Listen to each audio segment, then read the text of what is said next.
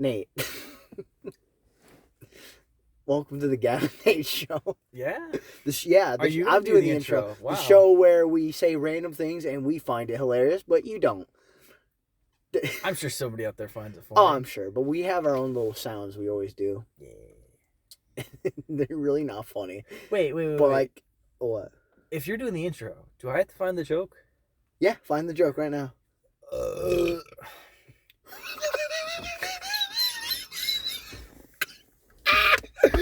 All right, let's get into it. That wasn't Oh, it wasn't a joke?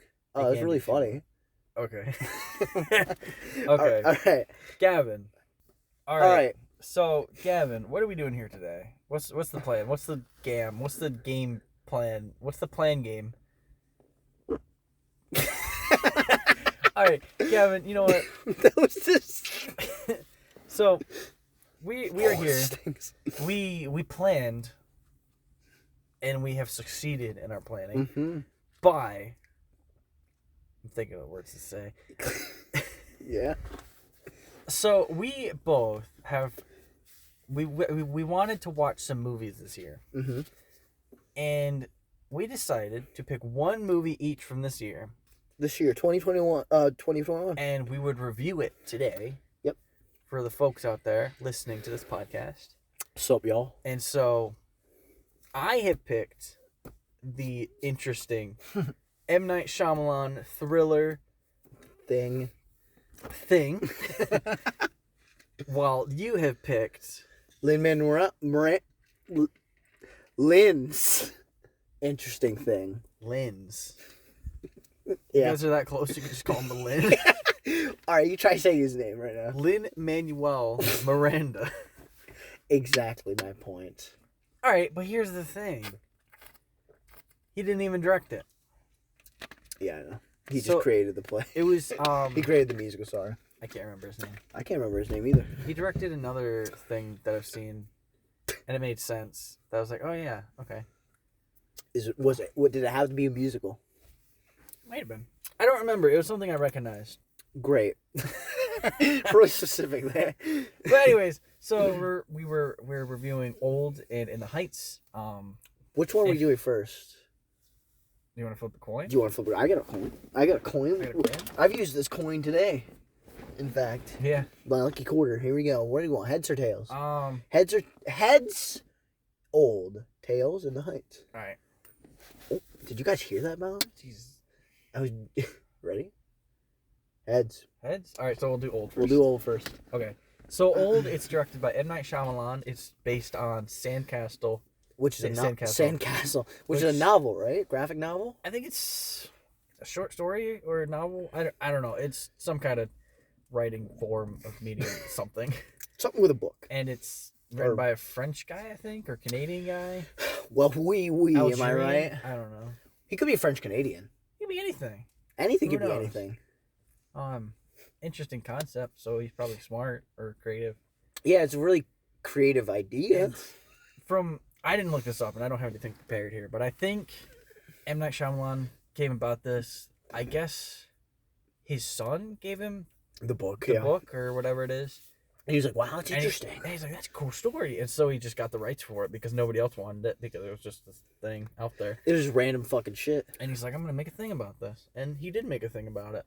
In 2021. Yeah, this past July. It made money, I'm pretty sure. Yeah, probably. I think it was like a $15 million budget. I think it made it wasn't $50 that million much. Or something. Yeah, so it's not bad. Yeah. It's kind of it's good for the year because everything's still trying to slowly open. So I think people were sold out more because he's actually started being better at making movies again. Yeah. I guess Split was fine. People loved Split. I've heard so many people raving about Split. I saw it. I thought it was fine. The actor who played the main bad guy was the guy with split personality. Oh yeah, James. He was really good. He's a really great actor. He's really good. He's amazing. Yeah, you did really good at that. I think he probably sold that movie. Yeah. Like his acting. Anya Taylor-Joy's great in that too. Oh yeah, totally. Yeah. I think that was the first thing I saw her in. It was probably her first mainstream thing. I'm sure she's been in many things. Yeah, she was in the New Mutants. She was in that Last Night in Soho, which we reviewed last time on the podcast. Yeah, could be a top 10. Queen's Gambit. But this isn't about her. She's not even in this. Yeah, fuck her. There's another girl in this that's actually connected to Anya Taylor-Joy. She's in it Last Night in Soho. Wait, no, actually, I pronounced her name wrong last time. I think it's... Shoot, I forget how they said it. I don't know, man. I just know her as Last Night in Soho. Thomason? I don't know. They said it kind of weird because it's said with like an accent of like where she's from, I guess, or something. Yeah. But Thomason, I'm going to call her Thomason, Mackenzie, is in it, who was in Last Night in Soho as like the modern girl character. Yeah, as a fashionista. And she's just... We should explain the premise of this movie, right? Because it's kind of weird. Yeah. Do you want me to, or you? I want you to explain it. Flip a coin. I'll explain your movie that you picked, and you explain mine. Oh, that makes sense then. Yeah. Or like the premise of it. You don't have to explain the whole story. It's just the premise. Yeah, I'll summarize. Because we are doing non-spoilers. Yeah, this family, they go on a little trip to a beach. A beach that like they just found online, I think. Yeah. They even say, "Can you believe I found this online?" Because I guess it was cheap. Yeah, actually, I can believe you found it online. Yeah, because like, how else would you find it? Yeah, like, what do you read? Fucking phone books? Like you're yeah, she said it like the internet is like this fucking newfangled thing. Shit. It's like, can you believe it? It's like, yeah, I can. Well, can you believe it? Anyway, she's not even British, but. This family goes on a trip to a beach that they found online. Yeah. And some wacky shenanigans happen at this beach to the point where it's like they get old for a certain amount of time that they stay on the beach. And that's really it. Like, that's... Yeah, and things transpire and they mess with... Yeah, shenanigans ensue. Yeah, shenanigans. We'll get into it. Yeah, we'll get into it. That's really it. I can't really get into it. And that's an interesting Which is such a simple concept, but kind of...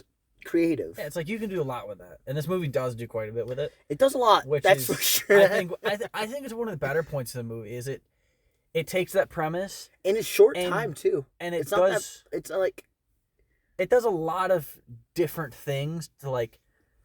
It's almost like a sandbox kind of movie. Funny enough, because it's sand. It's called Sandcastle. The book is, but it's like a sandbox where it's like.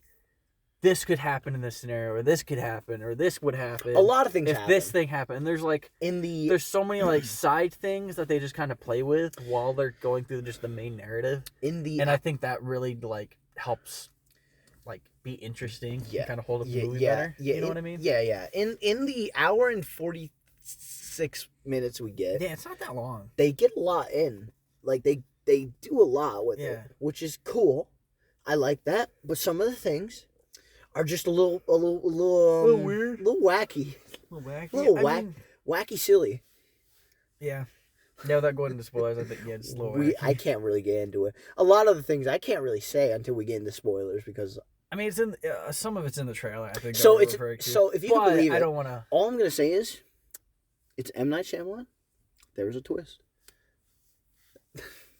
Yeah, kind of. I don't know. I mean, kind of. It was twisty, kind of twisty. I mean, I didn't see it coming. It kind of did. I don't know. I didn't really think about it because I didn't really think about it either.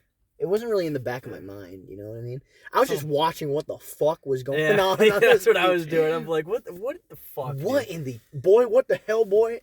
Just like, I was so.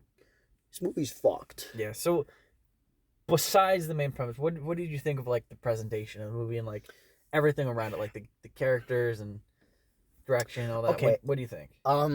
So I think some of the characters are fine. I think some of them are a little boring. A little on the boring side. I think, and I wish they would get into some of the some other character traits of some characters. I don't think a lot of characters have anything to like, I don't know, for me to hang on to and be interested in. And there's like, not really. I don't even know if there's a single one that I'm like, ooh. I don't know. There's some that like maybe if they were better, like there's some really bad acting in this movie. It's really funny, I think. I think a lot of it might be the writing, but there's some people in here that are just really fucking bad, like atrocious, and I don't understand how. I'm trying to think of one example of what was really bad. The mom character. She didn't have character. A single line in this movie that convinced me she was not acting. She just seemed bored. Like throughout it, she was like, "Oh man, when everything around her is happening. Like, she was so stilted and stiff. Speaking. Like, she was like, I don't understand it. And with everything that happens, which there's a lot, she's just like, oh man. The short Asian guy. He was fun. He wasn't that great. He was fun. He was just really kind of if anything, he was forgetful. I thought. Yeah, he was. I feel like most of them were forgetful. Yeah, kind of.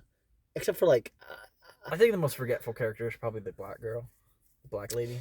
No, I liked her. I liked the fact that I liked her little seizure thing. I think they're almost all forgettable. A lot of them are, but I can remember a few.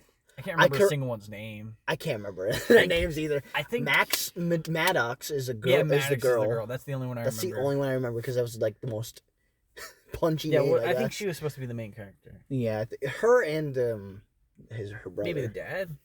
I was thinking her brother. I think her and the dad were supposed to be more the main characters.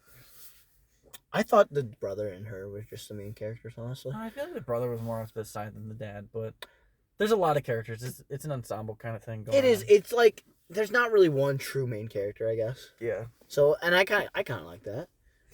I do see where you're getting the brother and sister, but like,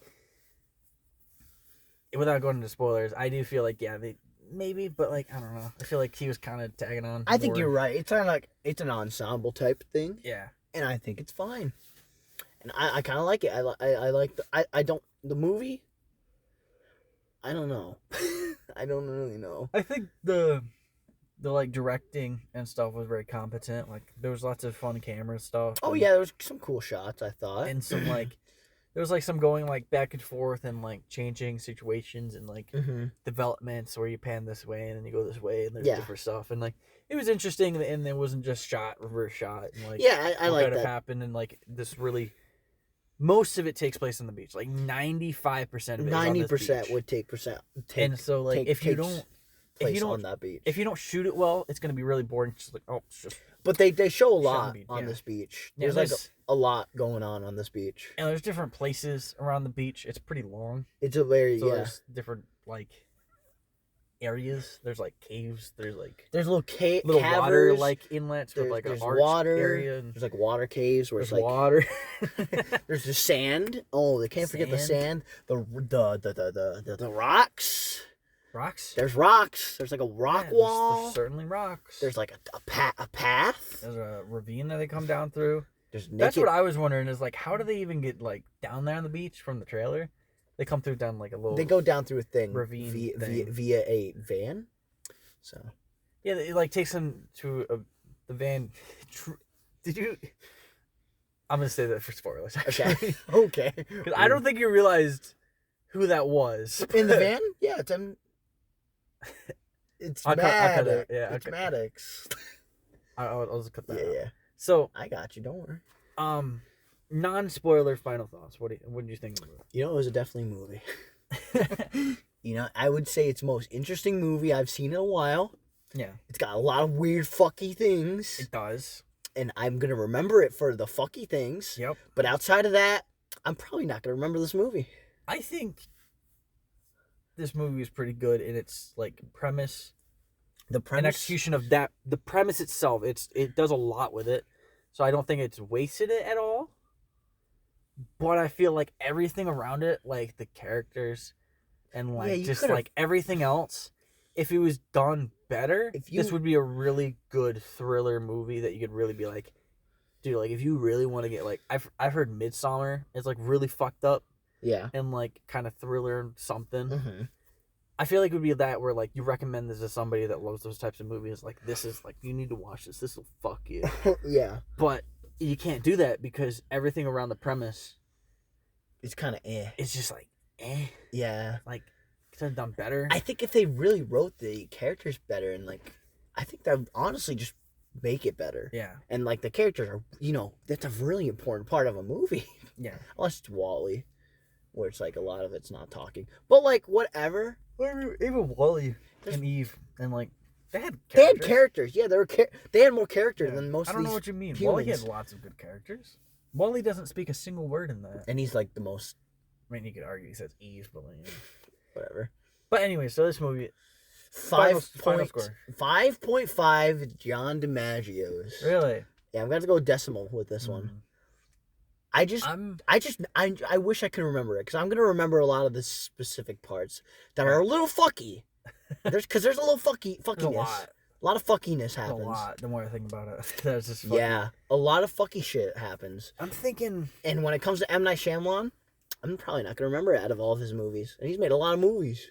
I haven't seen a lot of his movies. I've seen a couple. I've seen The Last Airbender. Oh. I've seen Stuart Little. Did he make that? Mm-hmm. No way. Yeah, he did. Look it up. I don't believe that. Look it up. Look it up after this. Away. Look it up after this. I'll look it up after this. He made The Sixth Sense, which was fun. I've heard that's really good. I've had the twist spoiled for me. I'm sorry. Unbreakable's fun too. I haven't seen it. Mm. Heard it's good. There's a lot of he's got a hit or miss track record, but a lot of Glass is really bad. The sequel that's the newer one, right? Yeah, it's the one he made before this. I haven't even heard. I barely heard about it. But anyways, I believe you. I'm floating between two numbers here. Oh, okay. Are you gonna do what I do and I get a conclusive ending at the end of this? But you're just gonna think. I'm sitting on a 5 right now. Mm-hmm. I have it as a 6 on my letterbox. I'm sitting on a 5. I think it's average. I think it does great on its premise, but everything else is not good. Yeah, that's fair. So, yeah, I think it's a 5. All right. For now. That's fair. I was going to say, it could change at the end of this. Yeah. So, Spoiler time! Spoiler! Spoiler! I deserve to be with some spoilers like this and get the fuck out. Alright, so let's... Alright. Okay, so we talk about fucky moments. Let's get right into that. Let's get into the fuckiness. What's the fucky moment that stands out the most to you? The cousin! Cousin? Yeah, the little cousin that helps him at the beginning where he's like... What? Yeah, remember when they're looking... Oh, what were they looking at? Before they went to the beach, remember that little dude, little boy? The little significant boy? Yeah, what about him? Isn't he a fucking... Oh, no, he's the nephew of No, he's just a random kid. Oh. Are you sure? I'm pretty sure. Because of I don't know. What about the him? message at the end? What was so fucky about that? I'm confused. He's really important to the story. I mean, yeah, he helps them through that coral or something, but like... Right into the coral. I thought you were going to talk about like the pregnant scene and... all that. Oh, well, we're not even going to get there. We're not there yet. One thing that I think is interesting, I think some of the things that happen in this are very interesting. So right off the bat, before the family gets this, we see like a little thing of this black guy and this one chick. Remember this? She gets naked. She was all about, they're about Zen, from what I've gathered. The dude's all about Zenness. Mid-sized sedan. You know, I thought that was a real rapper. I thought that was an actual cameo of like a Machine Gun Kelly or something. That's funny. I was totally convinced because he was a bad actor, and I'm like, of course, rappers and like the sort are bad actors. I've seen a couple in my lifetime. No, apparently he's just not real. Yeah. That's the dumbest fucking name I've ever heard. Yeah. Mid-sized sedan. Good for him, man. Good for mid-sized sedan. So they're about Zenness, and she goes call skinny. You a mid-sized sedan because I put my kids in you. That's really good, man. That's the joke of the podcast. So she goes into Skinny Dip to get Zen, I guess. I don't fucking know. Yeah. And the dude... I think he said she had some kind of mental illness or something. Yeah, I don't know what she said. I don't fucking... Maybe he did just say we were both Zen people. They were all about Zen. I think he had a mental illness. I don't know. Someone had those two, he had a mental... And someone had a mental illness. All right. What he had, I actually like what he had because it's not realistic at all. Well, like him. A lot of this later is realistic. Well, okay, so I've heard of this condition before where your blood doesn't clot. Yeah. And it's super fucking dangerous because it literally means if you have like the smallest cut, it'll just keep bleeding forever until you're like it heals properly. Yeah. But what your skin does is like when like your blood clots, it stops the bleeding. It's like scabs up, so you stop bleeding and you don't bleed out. Right. Obviously, it's a very like.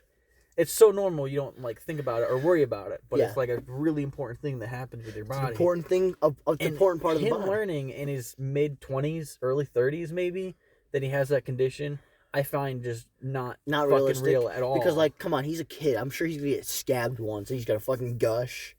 Well, no, you don't even, no, you don't even scab, I'm pretty sure. Like, it just bleeds, and, like, it's a super serious condition that, like, they don't even, like, think you're gonna live if you get it. Yeah. Because it's, like, I don't know, it's, like, look into it. It's fucking scary. A lot of the characters have some type of mental illness, but we'll get into that. So they show that this girl went to there, and I'm assuming he just waits for her? I really don't... He just waits for it for that long? I mean... Yeah, it's weird. I heard somebody... It was on a Reddit post or something I read, where he's on this beach before them, but he doesn't... He just like he was there hours before them, but they aged like so far. And he really doesn't age. It looked like like he just like he doesn't look like the time he like from. I don't know. It doesn't. Yeah, I don't know. It's weird. But the little boy, the family's now at the beach, and they see this guy just chilling. They're like, oh, okay, cool. But the boy's in this little thing, and there's this little fucking floating dead boy. Yeah. Coming right at him, which is fucky. First of all, that's kind of fucky. Imagine if that happened to you. I'd freak the fuck out. So that was one of the scarier parts. I'm like, wow, that's kind of fucky. It would especially scar you if you saw like a naked woman. Oh yeah, a naked floating woman coming at you. Like not just like a dead body, but like a naked dead body. That's straight butt naked. Terrifying. Just butt naked. Yeah. And they of course they suspect mid sedan. Right, because he's the only one there. Because he was the only one there. He's like, I'm telling you, man. All I'm going to do. And, like, it kind of turns out that the old guy is racist or something. Yeah, kind of. We'll get to that. Which I'm still not sure what it was going on with him either. I don't know either, but I think I have an idea, but I'll get to it. So this old guy who's a doctor, he repeats, he's a fucking doctor. Yeah, he's like the head medical chief or something. Some shit where he's something about surgery. Head medical surgery. Yeah, I don't know. Chief. Head medical surgery. Surgical medical. So he was immediately like, well, that's fucked. This guy might have done it, which, you know, he's not racist. He's kind of in the right for thinking that because he was there. Right. But we'll get to the part where we mid-sized sedan is like, nah, dog, didn't do it. Dog, didn't do it. Actually, you know what? No. He didn't even really defend himself. He was really quiet. Well, like he was like, I didn't do it. I got nothing to say. Which, I mean, he really doesn't. I feel like if you didn't do it, you can have a lot to say and being like, I didn't do it. If you say too much, though, you kind of look... I don't know. He was quiet. I would still suspect him because, like... I mean, I would suspect him because he was there. For the sole purpose that he was there is why I don't know. And then they just fucking hang around near the dead body. They're trying to they're figuring things out, like, what the heck happened? And he was like, oh, man, she was kind of mentally ill or some shit. And he's like, he thinks maybe that happened. But then we kind of find out that these kids... Oh, by the way, so there's like three... No, there's four. Three. Are you sure? There's the brother, sister, and the... I'm saying there's four families. No, there's three families. I thought you were talking about kids. Okay. No, there's four families. So the main family, the old woman, the dog, and the one girl who's like about her image and all that. Sure. Mid sedan boy. She's got a calcium problem or something. Yeah, some shit. I feel like it was just a thing. Mid sedan and this other family. Well, the whole point of the twist. We can talk about the twist right now. So it's like a bunch like this. It's an experiment. Mm-hmm. And I guess what number were they on? I forget what it was. I don't fucking remember. It was a 48 maybe. Maybe had an 8 in it. 58, 68. They let different people with like different problems. Yeah, and so they were go down there to like to cure a problem. Yeah, so like the whole idea behind this is like it's a pharmaceutical company, and instead of putting like testing drugs over actual long periods of time, they put people on this beach where it's like these rocks and like the rotation of the earth and magnetics and some shit, whatever. It's like perfect, and you can test these drugs for long periods of time in an actual like short condensed period of time, if that makes sense. In like a day or two. Yeah, in like just a short few days. Yeah. Which is a really neat idea. Yeah, sure, but it's also morally it's not questionable. Great. Morally, it's incorrect to hell. I think it's interesting. I don't have a stance on it because if you think about it, this company could potentially save millions of lives with these kind of treatments, like they said seizure thing. Yeah, they like cured the seizure thing. The seizure thing. That's amazing, right? Yeah, it's like I. They cured it. They cured it basically. Yeah, although she did die of it. But they say she lived with it without any symptoms or anything for like 16 or 17 years. Yeah, which like that's crazy. That's awesome. Yeah, but on the flip side, you're killing these people. In order to save millions, you kill one. And I think the thing standing back from fully like defending this pharmaceutical company is they're not sharing it with anybody. It's a secret thing. It's under no regulations, and it's like there's some unnecessary people there. Like if you were like, and if like you should get volunteers to do that, or something better, and not just unsuspecting people and entire families for that matter. I think that's just wrong in that case. It's really wrong. I think it's a neat idea and could potentially save millions, but it's just the wrong way of doing it. Yes, it's also very unrealistic. But I think, like, I feel like the right way, I don't want to get right somebody to misinterpret what I'm saying. I think the right way would be volunteers. Of course, yes. Regulation of some sort of like some way, just making it safe, man. Somehow make it a little safer. Yeah, or like maybe figuring out like more into like why this is actually happening with these rocks or something, and maybe seeing if you can reverse it. Maybe. Yeah. Like if you can speed it up, maybe you can reverse it. I don't know. Right. Yeah. Of course, if you could speed it, you could reverse it. Right. Maybe. I mean, I'm no scientist. I'm not either. But it sounds like it can probably make sense. Yeah, it's like if that's the rules of this universe, anything could maybe be possible. Anything could be anything. So maybe put some more R&D into that kind of idea. So then, like, maybe you have, like, a group of people that signed off with consent to do these things to, like, put forward greater good kind of thing. Which I'm sure you could get those kinds of people. I'm sure. I wouldn't see why. Well, they do it nowadays where people, like, they sign off to take drugs and... Yeah, to, like, test things out. Yeah, because there's, like, human trials of regular drugs, so I'm sure there would be people that would do this. Yeah, maybe. Instead of families and innocent children. Yeah. Oh, my God. Those children are fucked for life. Well, a couple of them are actually just fucked. Well, for the short rest of their lives. Yeah. They're children. They're, like, 6 years old. The brother was 6. And he lived until he was probably in his 40s, I'm thinking. He looked like, but towards the end of it. I think it was like 50s or 60s. No, not 60s. He didn't look that old. I think he was in his 40s. 40s or 50s. I don't know. Really old. He lived. He lived. He went by too fast for 2 days for a kid to not live out a kid's life. Same with the girl who was like 11, I think, when they first started. Just really messed up. It gets fucky. I don't even know how would you go back to society? I don't know. I feel like when the government found out, I feel like they probably would have gave them money, right? Like okay, so like because like you're old now. Every citizen in the United States has a social security number, and like you got your birthday and like got all this, but like your birthday's fucked if you're like biologically you're not like chronologically, like in real time you're 6 years old. But biologically, you're like 50, 40. You're like 45 or something. Like, and like, are you allowed to drive now? Are you allowed to get your license? But you're not. Technically, yeah, I don't know. They probably get him a new certificate, maybe? I don't know. Like, how does it work for people that are born on February 29th? Oh, yeah. Right. It's like, we're like, you might be 20, but you're actually like 6. Well, my grandpa's 13. Oh, he was born on the 29th? Yeah. I think he's like 13 or 14. So is he like... Is he allowed to have a driver's license? Of course, and stuff? Yeah, you say of course, but technically he's only 13. Technically he's not, but he does have everything. You know what I mean? But still, that would seriously like it would be fucked. Like you've lost all that life experience. Like where do you even start to like get on with their life? Yeah. Like do you look for a job? It's like, well, they look at your birthday and like, I'm not hiring a 6-year-old. But you're not 6. But see, they wouldn't know that because, like, let's say they're just born in April. It's like, of course, they're going to have a real birthday because they were born in April, not February 29th. Yeah.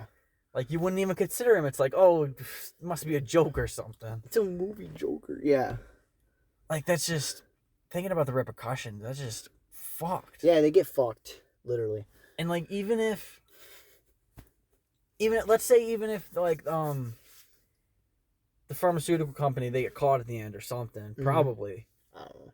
Like even if they get money from them, it's like, how do you get an apartment? How do you apply for a bank like loan to get a mortgage or like any adult stuff? Yeah, like you put your birth date on these things. Yeah, it's gonna be like near impossible to like do anything. Oh yeah. Well, I do think it's a little interesting, very horrible. The kids go through a lot in this, so something interesting. Before we get to the kids, there's this little, like, what do you call it? Like, path that if you go in, you get headaches and black out. Yeah, so like their explanation is like why they can't get off this beach. It's not just the cave; it's anywhere outside of this like magnetic pole and these rocks and stuff. Yeah, because it's like your cells are so old, going back to what they should be. I guess it's like it's too much, and so it overloads them, and like it just overloads your brain with like shit or something. Explain it really quickly, and like the guy, the Asian guy, he doesn't even know what's going on. He just kind of guesses it, and I'm like, it kind of makes sense. Like you're probably right, but you got there a little too quickly without any explanation or something. He said he was some type of scientist, so maybe he was. No, he was a doctor, he was a nurse or something. Okay, well then it's a little. Somebody was a nurse. I think he might have been a nurse, but I don't know. It was a little quick for him to figure out what was going on. He was on the swim team. Yeah. And, like, him also figuring that out and then dying later. Yeah, because he's on the swim team. It's fucking stupid. Yeah, if you knew that, why would you swim out? It's like, obviously, like... He finds out, this is 30 minutes after he says this, by the way. He's like, oh, I'm on the swim team. Let's check it out. Yeah, of course, he fucking dies. As soon as he fucking said he was going to swim, I'm like, yeah, he's going to pass out and he's going to drown. Yeah, because that's what happens. That's what happened to the girl. And that's what happens. They find him fucking drowned. Yeah, like, the girl like goes out to the ocean. Yeah. Let's go through the interesting scenarios that like happen because of this, right? So the first thing. There's this tumor. Yeah. The tumor. The tumor gets big and massive. Obviously, throughout the year. God. So the mom already had it I'm thinking they knew the mom and dad knew about it. Yeah. But they said it was like, but they didn't want to. Oh, what's it called? Malignant? I don't know. It's where it's supposed to not be growing anymore. It's just there. Yeah, I don't know. It's like one of those, but it grows. Yeah, and they're like, oh, what's on your stomach? And it's just fucking. It's huge. It's a grapefruit or like cantaloupe right there. Yeah, oh my god, it's massive. It gets massive when they cut into it. Yeah, and they cut it, and they see that her wounds heal super fast. It heals fast because of the years thing. Yeah. But then, like, I didn't think of this at the time, but I also saw on a video or comment, it said, like, when they hold their hands open, it should have healed weird because, like, technically her wound would have been open for, like, days or weeks or months, years, whatever. Yeah. And so, that shouldn't have changed anything. That should have made it worse. Yeah, but when they took it out, it was still massive, the scar, it was just a scar on her. It really didn't. Yeah, so, like, it didn't even follow its own logic where, like, they held their, like, and also their dirty hands, right? Yeah, I'm assuming, right? They're like, later on, they kill the guy with rust, and, just with, like, just a little bit. With, like, a ching, like a... It's, like, poison to the, whatever. Poison to the skin. Yeah, something like that. $1 million. But it's like that should have happened with all their dirty fucking hands in the sand and on the nature. Because I get get it. Like, rust is probably worse, but like dirty hands isn't great. Yeah, so like that just, I don't know. Thinking about that afterwards just doesn't make sense. And yeah, interesting. What's the next thing that happens? So so that tumor thing happens while this is going on. The kids are aging. Right. The kids are aging, and they're aging rapidly. I liked how they like kind of did that where you didn't see them at first and it kind of waits. Yeah, they build up that they're friends. When they first get on the beach, it's just like this, I'm assuming 5 or 4 year old. I think they said she was 4 and he was 6. So it's a 2-year gap. Yeah. But they grow and they're friends at first. Pretty much the same thing. But then they grow, like as the parents are like, and I think Maddox are figuring things out. Yeah. They are getting closer and closer. Yeah, and they're physically and like just like as friends. Right. Yeah. they get a little too close. I kind of liked how they built up to it. I like how in the beginning, before anything happened, they were just like, oh, noodles. They fucking got handful. God, I fucking hated that. I'm like, holy that was afterwards. Oh, was it after? That was afterwards. Oh, yeah, because... Okay. I think that was trying... Okay, let's go through it in chronological order. So they find a little So yeah, they're hanging out. They're laying on a towel. They're vibing. And they're like early teens right now. I would say that she's 15 and he's 17 maybe.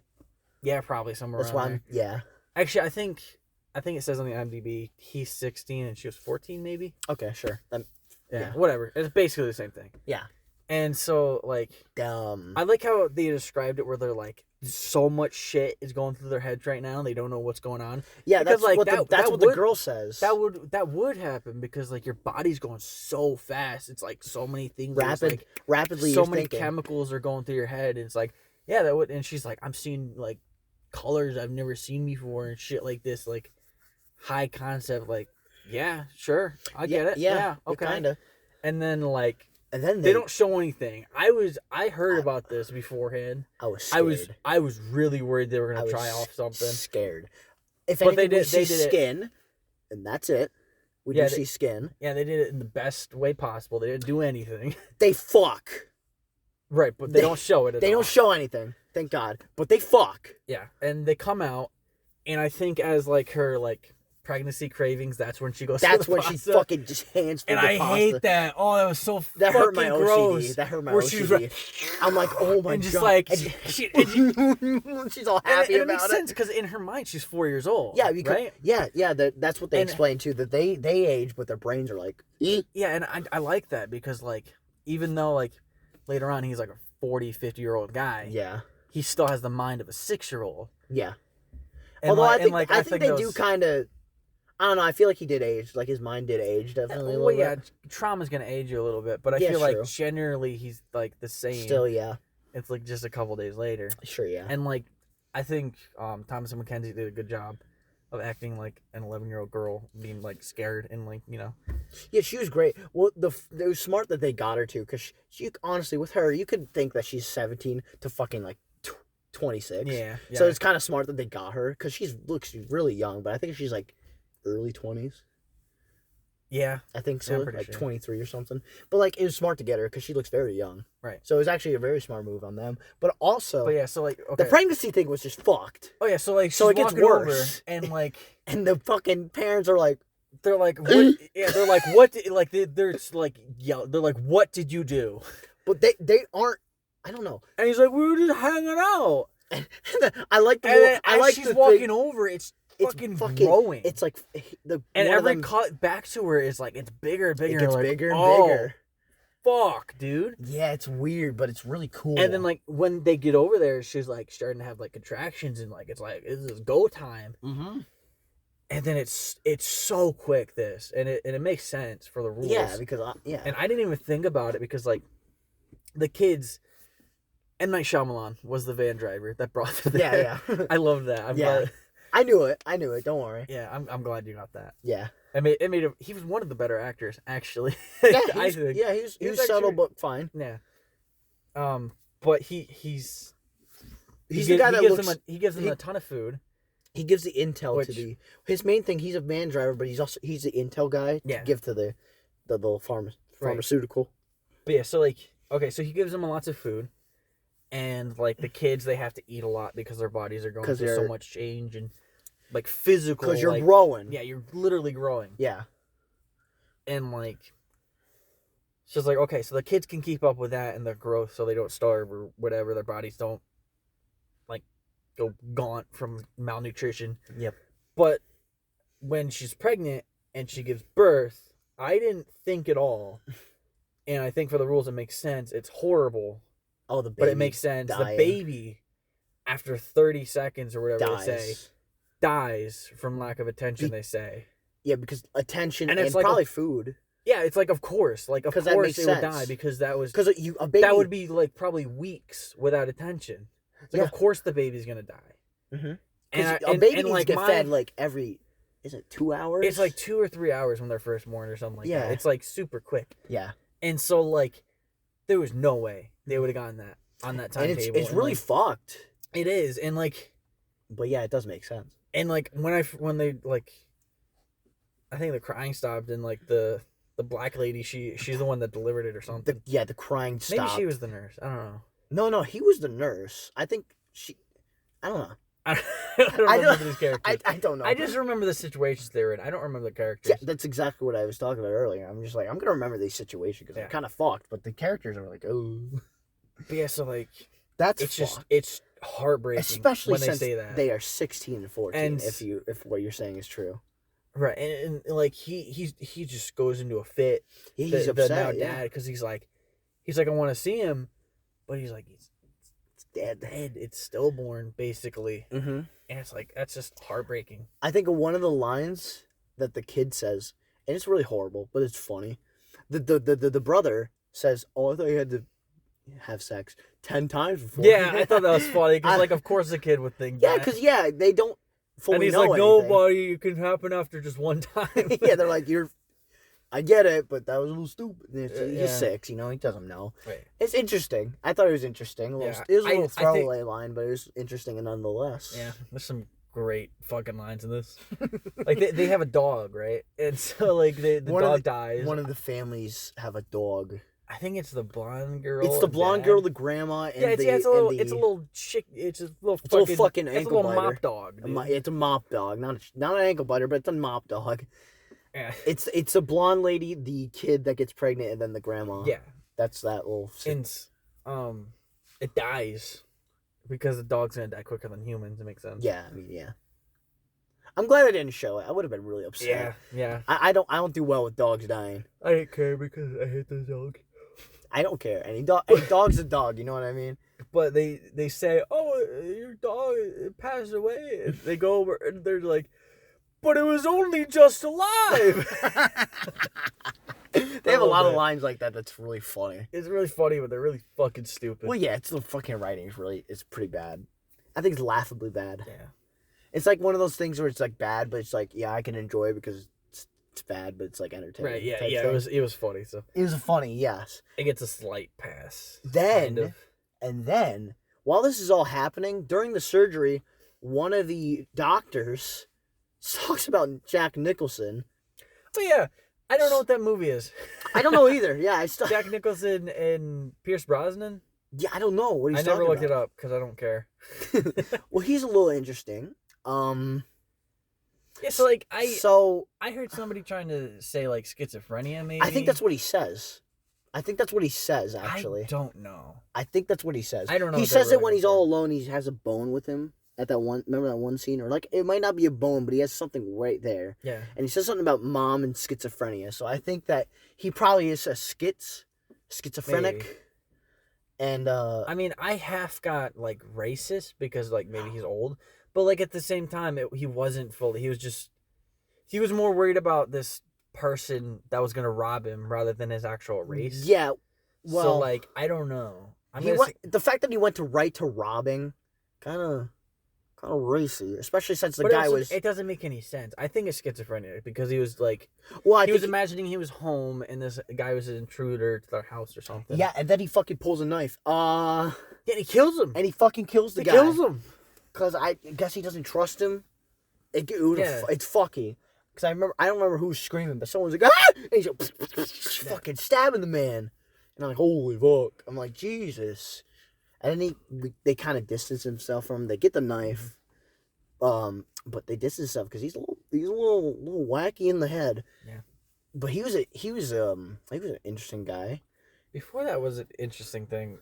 I was really worried for a second that they were gonna do like some kind of weird like grooming kind of thing with that inside sedan and Maddox. Because they had a weirdly intimate kind of like talking scene. They had it kind of looked like a throwaway. I don't know why they did that. It was weird. It didn't. I feel like they had a plan, anything. But they didn't do it. Maybe they had a plan where they just became friends, and then it would hurt Maddox more when he died. Maybe. Yeah, it was weird. It didn't make much sense to me. I thought they were gonna go in this way, but then they didn't go anyway. So yeah, I wish they probably had a plan where they talk and they don't get intimate at all, but they become friends. You know what I mean? Because he pulled everybody else is on the other side, and he walks her all the way over there. So I'm like, so he's trying to separate her and like manipulate her maybe. Yeah. But then like nothing happens. So it's like, okay, I think maybe it was just a thing where they talk, but like you could have built up the fact that they became friends, because that's kind of what I thought they would go in. Yeah. The direction they would go in. I don't know. But, whatever. It's just missed opportunity, I guess. But whatever. The movie was short, so I'm thinking they probably had a plan, but they didn't have budget. Or I don't know, time. One of the situations, I guess we can combine two. So the dad goes, what is it? Blind, basically. And the mom goes deaf in like the one left ear. In the left ear. And that was kind of interesting. Because then, like, it gets dark. Here's what's interesting. What's interesting? The mom, or was it the mom that cheated? Oh, yeah. I forgot about that. And I wish they really went into that more, too. Yeah, and like they skimmed over it, because I think that's also one of the things. I wish I remembered more of the situation, but I remember her being really, really in the wrong. Yeah, I don't like, remember. No redeeming quality about that. I really don't remember. And I think she did regret it, of course, over the years. You kind of like evolved. Oh, didn't she say it was like a dream or something? Like she doesn't think it happened. Like she knows it happened, but it feels like a dream and that it didn't happen or something. Yeah, maybe. I can't remember. I don't know. She phrased it in such like a, like, wow, that's fucked, man. It's kind of weird. I remember it was, so from what I've gathered, he just seemed like a dick and she was a cheater. You know what I mean? I don't know. I never saw anything wrong with him. I thought he was kind of maybe a dick it's just occasionally. I mean, he was nice to the kids occasionally, but I thought sometimes he was kind of mean about it. But maybe it's just me not remembering the movie all the way. Because I saw it about a week ago. You saw it last night. So. I did see it last night, not in Soho, but but yeah, I remember that was interesting, and I wish they really built up on it, because I remember Maddox was like, "Mom," because I think they heard, but the kids heard the argument, but I don't think the kid who is 6 understood it a lot, but the 11-year-old's gonna understand it because she's 11 and she knows a little more, so it makes sense, I think. Because I think she was covering his ears. Because, like, I think she knew about that, but they didn't know about the cancer. But I just thought that was interesting, and I really wish they kind of dove into that more as well. Give it more or less, more than just, like, a talking bit, like a 5-minute bit. Yeah, and then she's like, I'm going to go swimming, Mom. Yeah. Oops, found a dead body. Yeah, the Asian guy, right? Oops, yeah. Yeah. Yeah, because she's like, Mom... And she's like, be brave, and then go in the water, and then floating boy. You know, I thought there's something kind of interesting about between the mom and her. So like when they first find out that they're growing up, like the girl is still in like her bathing suit from she was like 11 years old. Like when she was 11. And the mom is like, oh, I've got an extra swimming suit in my thing. Mm-hmm. So like it's like not tight, I guess, which makes sense. Yeah. But I feel like the one she puts on is more revealing than what she had.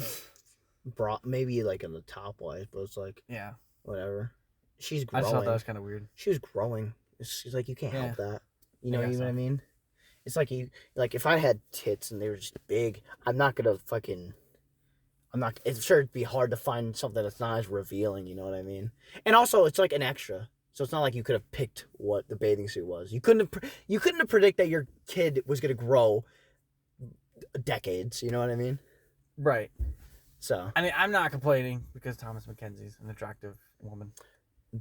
Everyone is attractive in their own way, and that's why I've always thought. Mom. Not the mom. The mom. I actually liked her haircut. I don't know. It was just basic, just cut. Kind of felt like it was almost a Karen cut, almost, but like not quite. I don't know, just that kind of haircut is just too basic. I don't know. There's nothing interesting about it. Showing off, but she goes deaf in one ear, and he goes blind basically, and he can't see what the fuck is going on. And the guy, schizophrenic guy, comes over. And he got the knife. He fucking snuck the knife because it was in a bag. terrible. Why wouldn't you just have it next to you? But whatever. He gets it. I was thinking that same thing. Why put it in the bag? Put it in your fucking Put pocket. it in your pocket, literally somewhere you know that he won't check. Because movie rules. Because movie. That's why. Movie. But he gets a knife and he's like, oi! And he just fucking goes and fucking... Yeah, he's going at it, man. He's regenerating like fucking Wolverine. Yeah, that was kind of cool. And I did think it was kind of cool. And then the mom fucking protects him, getting scratched all over the back. She's just sitting there. She's like, I'm having a nice time with my husband. And she's like, oh, shit! Well, yeah, because she's deaf. And he's like, where's the knife? Because he can't fucking see. Yeah. And then the mom's like, I could get it, and guards him with his back and gets a knife. And she just scrapes the man on the arm and dead. Yeah.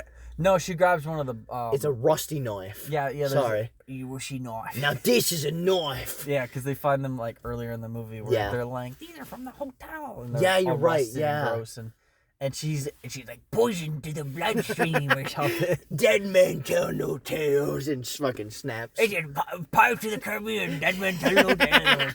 And he's like, oi, oi, oi. He fucking just rusts. He rusts. Yeah, like the it's really a cool visual. It is cool. But, I knew something was going to happen to that guy because I remember that scene from the trailer where he's like, like on the ground. I haven't seen that scene yet. We saw the trailer for it. A while ago, must have been. But I remembered it because I saw it a couple times and I'm like, that looks like fucking stupid effects. Where he's like, on the ground. And I'm like, that guy, that's the only guy that looks like that guy from the trailer. So he's going to do something to be in that situation. And then, like, shortly after that, he dies. The dad dies. Oh, yeah, how did he die? I don't remember. Shit. I want to say just, like, natural causes for both of them. Yeah, I think so, too. Because he just kind of dies. And then she walks out to the ocean. And she dies. And then she comes back and then dies. We didn't talk about... We're going to get to that woman.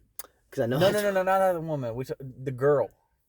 The young... Oh, the young girl, yeah. The young girl. So before all of this, she gets the smart idea. Oh, my God. To be fair, she's got the mind of a 4-year-old. Sure. To be fair, mind of the 4-year-old. Basic just monkey survival instincts. Monkey no climb rock if monkey fall off. To be fair, though, she almost gets there. Right, but then she doesn't. But then she doesn't. I'm assuming she just, like, knocks out. And she's fucking dying. And I don't know, she's, like, sleeps. No, she dies. She just, like... She falls down, like, 20 stories. Yeah, but, like, she, like, stops moving, and for some reason, I think she sleeps or something. No, she died. Well, I know, but then she falls and then bang. Pretty gruesome. Right. I'm glad they didn't show the body, but... I almost wish they did. Yeah, to show the gruesomeness? Yeah. Fair enough. It's like you're doing all these fucked up things. Show it a little. Yeah, you show some fucked up things later. So like they show these. Ooh, that was yeah. That had me like, whoa. Well, yeah. I watched this laying in my bed on my phone, like in the pitch dark night. Oh God! And when that happened, I was like, whoa. What we're talking about, by the way? Oh my God! Okay. So the parents die, and the kids are like trying to find ways out of the whole situation. Well, they are, but they know that this blonde girl is like the only other one left, so they'll go to find her. But they don't know where she is because she's kind of hiding because I think the doctor guy says to her, get fucking makeup, some real douchey shit. Yeah. And then that fucks with her because she's already clearly she's like insecure about how she looks. Right. With the calcium thing, which I just think it was an insecurity thing. It's not though, because like they show in that very scene like how fragile she is. Yeah, sure. Okay, sure. And it makes sense why she would be there because like maybe they were trying to selling with like calcium deficiency drug or something. Yeah, and so she hides from everyone. They're like, "Hey, can come help?" And they're like, she's like, "Don't look at me." Yeah, and they look at her and she's old. She's getting old. She's like maybe 70. I'd say 60s or 70s. Yeah. She's getting old and she's trying to throw rocks at him. And eventually, she picks up one rock and it just fucks her arm up. And I'm like, holy fuck. It was like, ew. Yeah, and she starts chasing them and she's bumping into shit. And she's just crooked. And like, eventually, I hate even like thinking about it. But like, they're like crawling down into a hole. And she like fucks up her arm one way. But then she's like wreathing in pain. And it's just, she's hitting herself and it's getting even worse. It's awful. Think about if you get a paper right now, crumple it, into a ball. That's exactly what happened to her. I'm not even kidding. It's probably the sounds probably are accurate too. It was really fucked. I'm like, that was one of the most fucked scenes I've seen. I'm like, okay. Yeah, that's a really messed up scene. Okay. And the effects really looked good too. So the effects looked good in that, which I guess it probably helped that it was dark. Well, yeah, definitely. But it still looks good, I think. Yeah. And I'm like, holy. And then at that point, they're like, they just give up and they sleep. On the beach. They sleep overnight. Yeah. And then they're like, and they turn into Miss Honey and somebody else. I don't know. Yeah. Miss Honey from Matilda. Mm-hmm. Which she doesn't look like her. No, not really. No. I knew that was her before watching this movie because I read somewhere that she played old Maddox or something, or 50-year-old Maddox or something, 60. I don't know. I think she was like 40. I really think she was 40. I don't know. We can look it up on the MTV. We'll look it up later. If we care. But yeah, they find out this code thing that they were given by that boy I was talking about. Yeah, so they just actually no set up the scene right. They decide as their last thing to do to build sandcastles. Right. Yeah. They're like fuck it. That's the name of the book. Sandcastle. Yeah. I wonder if that's why it's called Sandcastle, because that's the last thing the characters do, and it's like, man, Sandcastle. Yeah, maybe. Maybe, I don't know. Themes or something. I don't know. Lessons that we learn and things that happen. Man, maybe maybe the friends that we made along the way or the old or whatever that saying goes. Good one. Maybe old is the friends we made along the way. Whoa. I think that's how we got there eventually. Yeah, I don't know. So anyways, so then they're like, the kid, the guy kid. Guy. Boy kid. Guy? He's a guy. Someone's name is Guy in this. That's the dad's name. Yeah! Yeah, this guy. Oh, that's such a stupid name. Yeah, I just remembered that. Or is it Guy? No, it's Guy. She called him Guy. When she first said it, she's like, I know Guy. And I'm like, that's a weird way to address your husband. To call your husband. And then, he dressed himself as Guy something. And I'm like, oh, that's fucking Guy stupid. Fieri.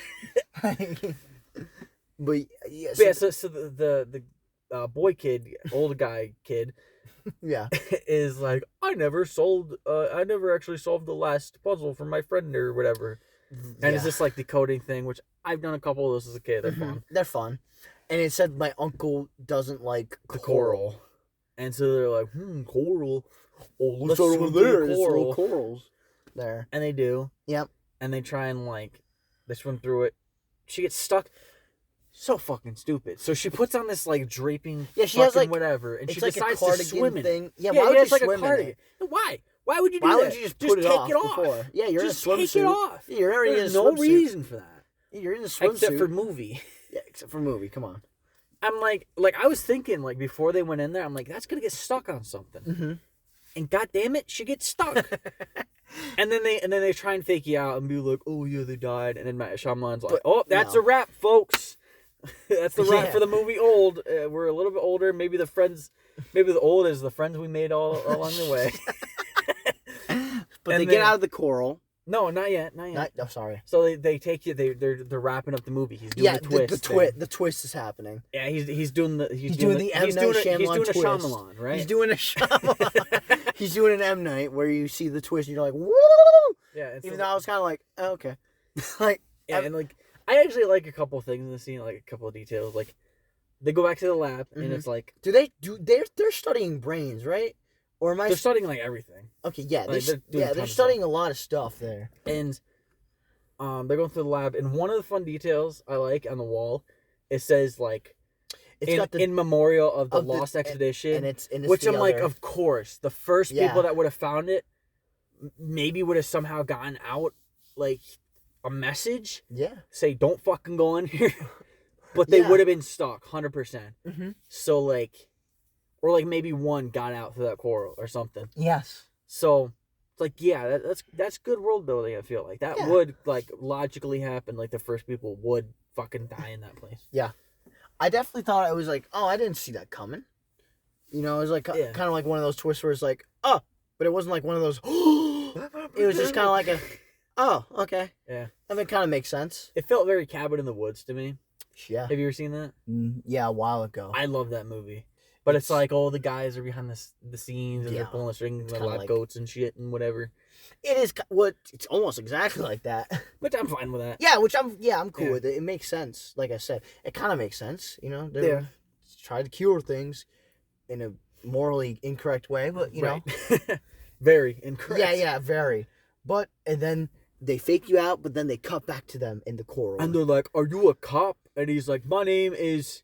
I don't remember his name, but he's like Sedan. He's like Ford F-150. I'm Ford F-150. and he's like, why? Who's asking? And they expose him. And he goes to the cop character. Oh yeah, by the way, this kid, he has this weird fucking thing where he's like, he goes up to random strangers. He's like, "What's your name and occupation?" Oh my god! And I'm like, that's so fucking stupid. It is. But I've seen kids get a fixation of something in their mind. Of certain like that, and then they're like, of like certain mannerisms. Okay, see ya. And I've dealt with it, not with the name and occupation. So like thing. it's not totally unrealistic to me, but it felt more movie than it should have. Yeah. Where it's like, like one of these is gonna come back up where he's like, "Oh yeah, cop. Okay, something's gonna be cop related later." Sure. Yeah. Which is fine. That's fine. Yeah. They get busted. Everyone gets busted. So.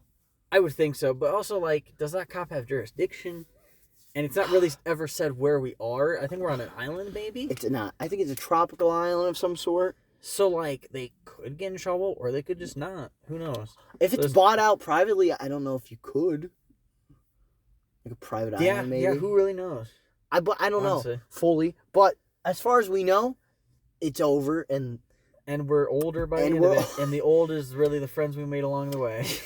And the friends are old as we made the way. So yeah, I'm thinking 5. I'm gonna stick with my 5. I'm gonna stick with my 5.5. I think it's fair. I think the movie is interesting for what it is. I think it does fun things with the premise. Does really cool things with the premise, but that's about it. But they're really cool. Yeah. So I'll give them that. And I think it definitely keeps your attention all the way through. Yeah, it does. I thought I was going to be bored because of like the acting. No, the pacing is surprisingly fast, even though they're in one spot. Yeah, it's I don't call it fast, but I'd say it's quick. It's quick enough where like things are constantly happening, things are constantly moving forward where you're never like, oh man, it's been 20 minutes. Yeah. Can we move the plot along? No, there's always like new that. Things happening. Something they always they tease something at all times. Like for example, M. Night Shyamalan is seen by some of the kids. Like there's a little camera. You could see, like they tease that someone is like taking pictures of him. See, I kind of thought it was M. Night Shyamalan though. I thought it was gonna be somebody taking pictures, and they were gonna get somebody to rescue them.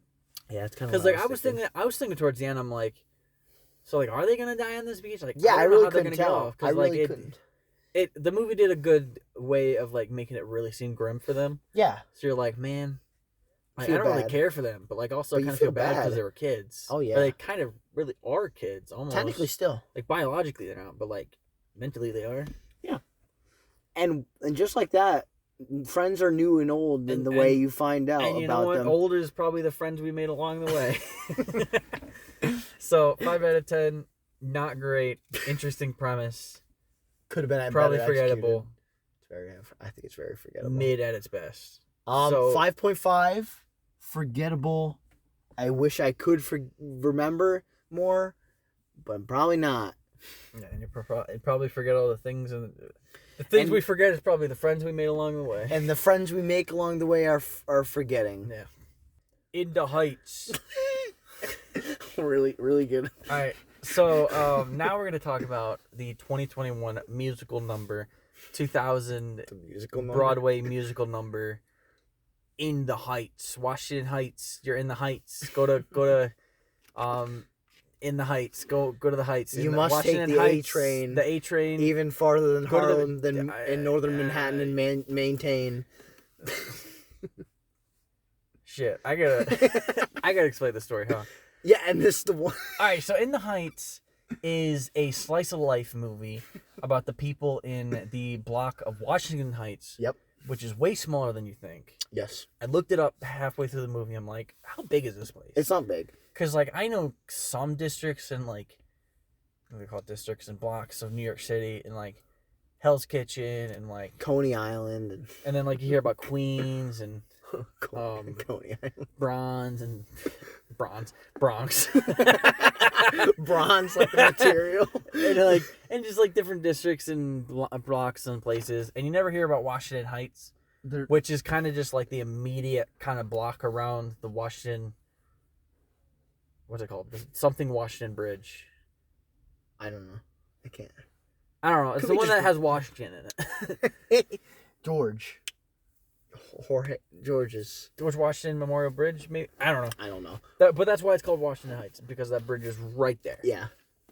And it's a block just immediately around it. Uh-huh. And so it's just a slice of life of these characters that they have bigger than their current situation dreams. Mm-hmm.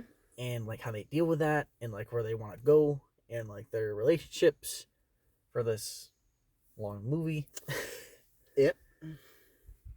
Most musicals are long if you're gonna find out. I fucking know that, Gavin. Talking about we were talking about Dear Evan Hansen later. It's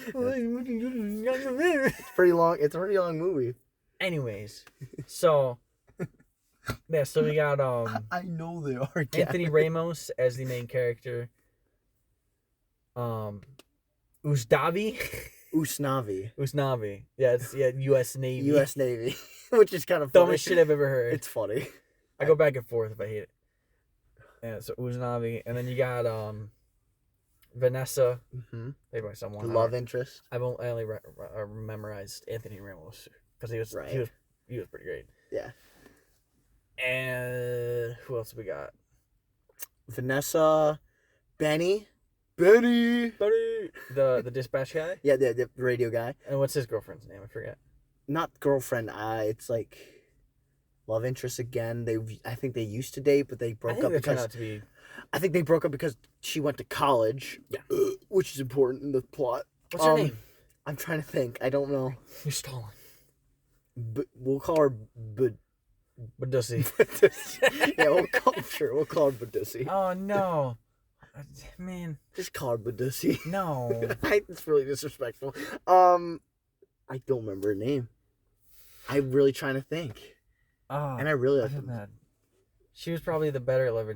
She's probably in my notes. Nate looks at the notes and stuff. My favorite segment of the. I know. You didn't put it. I don't think it's in You didn't put it in your notes. No. Hold on. Notes. Nina. It's Nina. You're right. Yeah. Nina. Yes, you're right. Yeah, Nina. So, Nina, Benny, Usnavi, and Vanessa. That's our four mainish characters. Mm-hmm. Usnavi and Vanessa more so. Mm-hmm. But, and his little cousin. His little cousin. I'm trying to think of his name.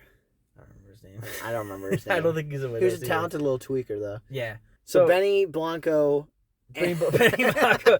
Okay, so Anthony Ramos' character, Usnavi, he wants He's in the Heights. He's in the Heights. He owns this bodega, which is like a corner store. Mm-hmm. Because I think bodega is more of an American term, I think. Yeah. It's like a little convenience store, basically. It's like a little corner convenience store kind of thing. Yeah. And he inherited it from somebody. I can't remember who it was. His father? Maybe. His family, I think, in general. Somebody in his family. And it's not his dream to live there forever. He wants to go back to the Dominican Republic to own like a renovated, like he wants to renovate this old spot that his father had as like a bar on a beach or whatever. Yes. And like he calls it like a labor of love. El Sueñito.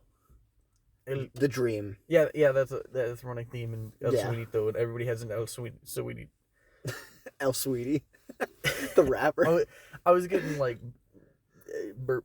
Yeah. We'll say that. El Sueñito. But yeah, everybody has one of those. That's a running theme in this movie.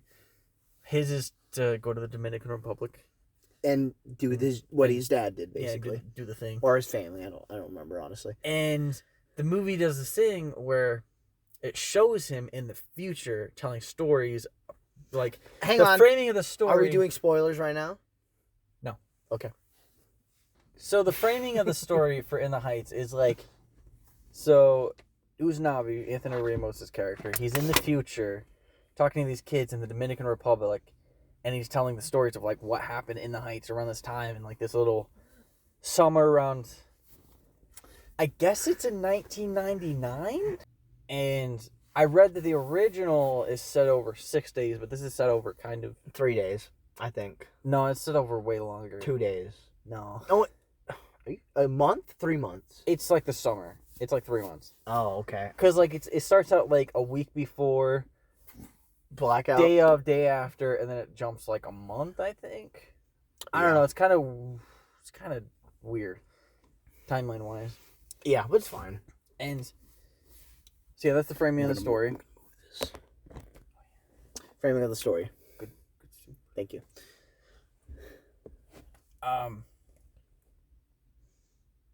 Sure. So yeah, it just kind of follows them through this blackout situation, and like they're like some people are coming back, some people are trying to leave. Yeah. Some are trying to stay, and that's where we go from there. And like there's songs, there's dancing, there's lots of Hispanic stuff and culture, Hispanic shenanigans, fun. I don't mean that in a bad way, by the way. Yeah. So, Gavin. Yes. What do you think? I like the movie a lot. I think we've talked about this when I first saw it in theaters with my girlfriend. Name drop Emily. Wow. Definitely haven't said that before. Shout out to my girlfriend who likes musicals as well. But we saw it in theaters. I think like the first or second day it came out, because like we were gonna, I think we were, I want to say we just went to the mall to shop, and we were like, I want to see a movie that day, and we're like, oh, and we're like, which play? Oh, Been the Bites. I wanted to see it. And she's like, I'll see it. It looks cool. I showed her a trailer. Yeah. And we saw it. We enjoyed it a lot. It was a lot of fun. A very fun movie, I thought. Yeah, oh shoot, what's it called? Me and Coleman saw a trailer for it, and he thought it was really fun. In the theater. You said you saw a trailer for it in a theater. You were watching some movie. I can't remember what. And he's like, he watched it, and he's like, that looks really fun. I'm like, yeah, I know. Like, it does. Mm-hmm. And for the most part, it is. I'd say there's some heavier themes in there, but there's, I say for the most part, it's just like fun, just culture, just like celebration, I guess, of like tons of that kind of thing. Like there's like Dominican Republic stuff. There's like Cubans, Mexicans, there's a couple more. Black, I think. Kind of, not really. Yeah. Benny's darker. Like I don't know. Just lots of cultures from like down south of the United States. Yes. Just all mixing and mingling and having lots of fun. Having a lot and very fun. Trying to make it, you know. And it's a good message. Like to just make it, get your dream, but you staying true to who you are and where you come from and that kind of thing.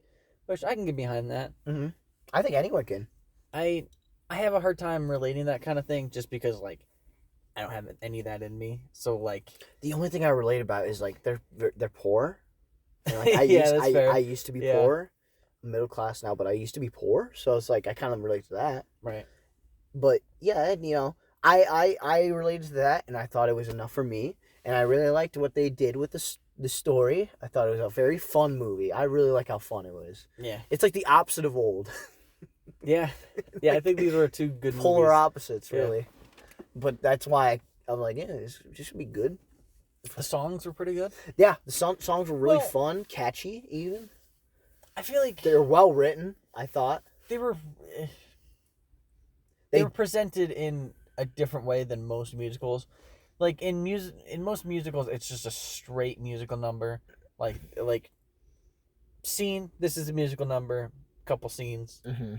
Then you get another musical number. But this one is like people just go into music, like spontaneously, and like it just kind of ebbs and flows. Mm-hmm. And there's not truly like singular. Like there's bigger numbers, obviously, but like it's like Uznavi, like he'll, especially in the opener, he does the opener, but then he stops, but then he also starts back up again, kind of, and like he's introducing stuff, and then like it cuts to other people around the block singing, and like it's not just like a singular one number, because the opener is like 11 minutes long or something. I think I checked because I'm like, wow, that was a kick-ass opener. Like that was great, but it felt like wow, I wonder how long it was. And it was like 11 minutes. Like for the it was basically a introduction song. Yeah, it was really great. Yeah, it's a really good way to kick off the film. Mm-hmm. But it's like that's the whole movie is like. So I can't pick out any one thing that's like, wow, that was like really good, and like I'll sing that in my own time and look up the soundtrack, right? Which is a shame because I like to do that. Yeah. But I think for the movie's sake and like the way the story progresses and flows and stuff, they get a lot. They get a lot into the story. Yeah. Which is why I like the rap type style. I love how Lin-Manuel Miranda does a lot of the time. Yeah, he's pretty great. I've never seen Hamilton. I don't think you've seen Hamilton either. Oh, you have? Yeah, I have. So this was my first real introduction to him. I've known about him. Great guy. I've known about him. Great, very talented man. Yeah. Talented boy who does talented things. Yeah, I love all of Usnavi stuff. Oh, yeah, yes. All of his numbers are just so great and just clever and just fun. Oh, yeah. Anthony Ramos, he kills it. He's great. He kills it. He's got a future. He's got a bright one. Yeah. He's young, too. So I hope so. I hope so, too. He's really, like, oh, God, he's so talented. Like, you know what I mean? Like, I just don't want... What about the Piragua? Piragua. You know, that Lin-Manuel Miranda's got a real bright future. Got a real great future. I saw him, and I'm like, all right, what's the point of this character? There's no just for him to be in the movie. Well, no, I think there's a Piragua song in the original too. There's a Piragua guy, but what they did is Lin-Manuel he played Usnavi in the original like Broadway, so he just kind of was like, hey Anthony, you're cool and young, and hip, take over, and that's kind of what they did. 40. Yeah, he's like 40, and I'm not young anymore. Yeah, he's not the chipper kid he used to be. Yeah. God, he's in everything nowadays. I mean, he's a talented singer, but I feel like that was one of the most useless fucking songs in the entire thing. It was just a little fun. I think it was like an interlude, kind of. Kind of, but also just felt like it was wasting my time. It's like, I don't fucking care. There's an end of credit scene that connected with it, so. Yeah, he was in the ending part where like everybody's coming together. Post-credit. Oh, it was a post-credit. Oh, you didn't see the post-credit? No. I'll show you the post-credit after this. I didn't know there was a post-credit. Yeah. Ooh. That was a pimple. No, yeah, you popped a pimple live? I tried to. Oh. Didn't work. Nice. Yeah, there's a post-credit scene. I'll show you it. Is he like, hey, Piragua? Kinda. But I don't know. It's fun. The rival guy is also in Hamilton. The guy. Yeah. Well, is he Hamilton? No, that's Lin. No, Lin's Hamilton. Mr. Lin-Manuel Miranda. Get fucked, Gavin. I just said it. I was confused. I'm like, oh my God. Also, it's snowing. But anyway. Yeah. Final non-spoiler thoughts. What do you think? 8.5. I'm thinking an 8. You think an 8? I'm thinking an 8. Okay. I think I would connect more if... Ooh, a big point that I have against it is... I don't know if it was just the HBO Max version or if it's just the movie itself, but they say a lot of Spanish. And, like, I'm fine with watching stuff with subtitles, but they just don't translate it. So, like, they're singing half the time, and I don't know what they're singing about. I don't remember a point like that. A lot of times. Because there's tons of times where they're singing, and I'm like, they say some, like, Spanish. Yeah. Oh, okay. And I'm like, I don't know what that means. It's like, I'm having fun. Maybe sounds good. Maybe that's the point. Maybe you've got to look, they're teaching you. But also, like, you'd rather just know. I'd rather just know. Yeah. It's like, I love, like I watched Squid Game with subtitles. I watched Parasite. I was really good with subtitles. Train to Busan. I'm fine with watching stuff with subtitles and things in foreign languages. But just, like... I don't know what you're saying, dog. It's hard for me to, like, connect further with you if I don't know what you're saying. Fair. So, like, subtitles would have been really nice. Unless the version I watched was just messed up. I don't think so. But it was straight off theaters. I saw it in theaters, and sometimes they would say some Spanish stuff, and like, hey! And, like, kind of like that. Yeah, and you wouldn't know. It's like... I mean, I knew a couple, so I was just kind of going with it. Yeah, but I don't know. Yeah, no, it's fair. It's fine. I get it. Yeah, 8. 8 is fun. 8's valid. I get 8.5. It's too fun. Well acted. I recommend anyone that likes musicals, or even if you don't like musicals, you're not into them, to give it a look. If you like a fun musical time, about a slice of life kind of thing going on with the El Suenito you got. Yeah, it's a really good message. Really fun. some hard-hitting stuff getting here. Sure. Yeah. It's just really good, I think. A really good all-around time. Recommend to anyone. Yeah. So now, spoilers. Spoilers! I'm a spoiler! That's all I got. I'm a spoiler. I'm a spoiler boy, she said. Alright, so... Oh, no, boy. Anthony Ramos, you wouldn't believe it, but he didn't actually go back to the Dominican Republic. Oh, my God! That actually surprised me. It did actually surprise me, too. Because, throughout the whole time in the theaters, it shows an actual beach. Yeah. So it's really convincing. So, I knew, they didn't focus on it the first time, but I think they cut maybe 4 to 5 times to them. To back that. And on the second or third time, the little curly-haired girl calls him dad. It's a really just, quick thing. Mm-hmm. And I noticed, I'm like, holy shit. So, that's totally the daughter of him and Vanessa. Right. And then I'm like, okay, so they're definitely getting together. 100%. Ain't no fucking chance. Yeah, right. Right? And they did. Yeah, Called that. They did. Called that shit. Because in the next one, they actually really focused on her, Daddy! Dad! And they really focus on it. And so you're like, okay, all right. Everybody's going to get this now. All right, Dad. And so, now I'm trying to figure out, okay, so, what's going to happen here? He's going to move, but, how's he going to move? And, I don't know.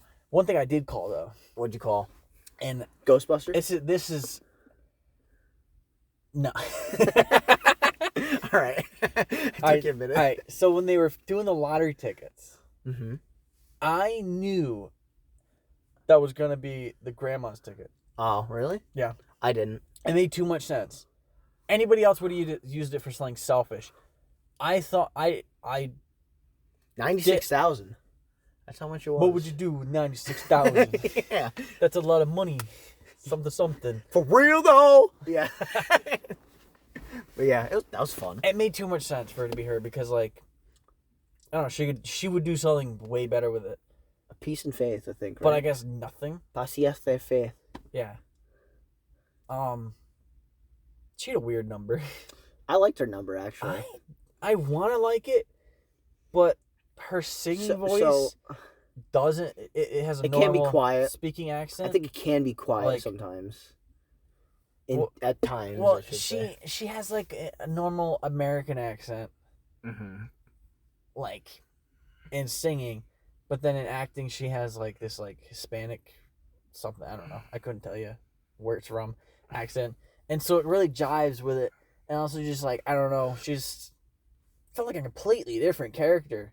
I don't know. It was weird. I didn't like it at all. From what I've heard, the grandma is way more significant in the actual Broadway.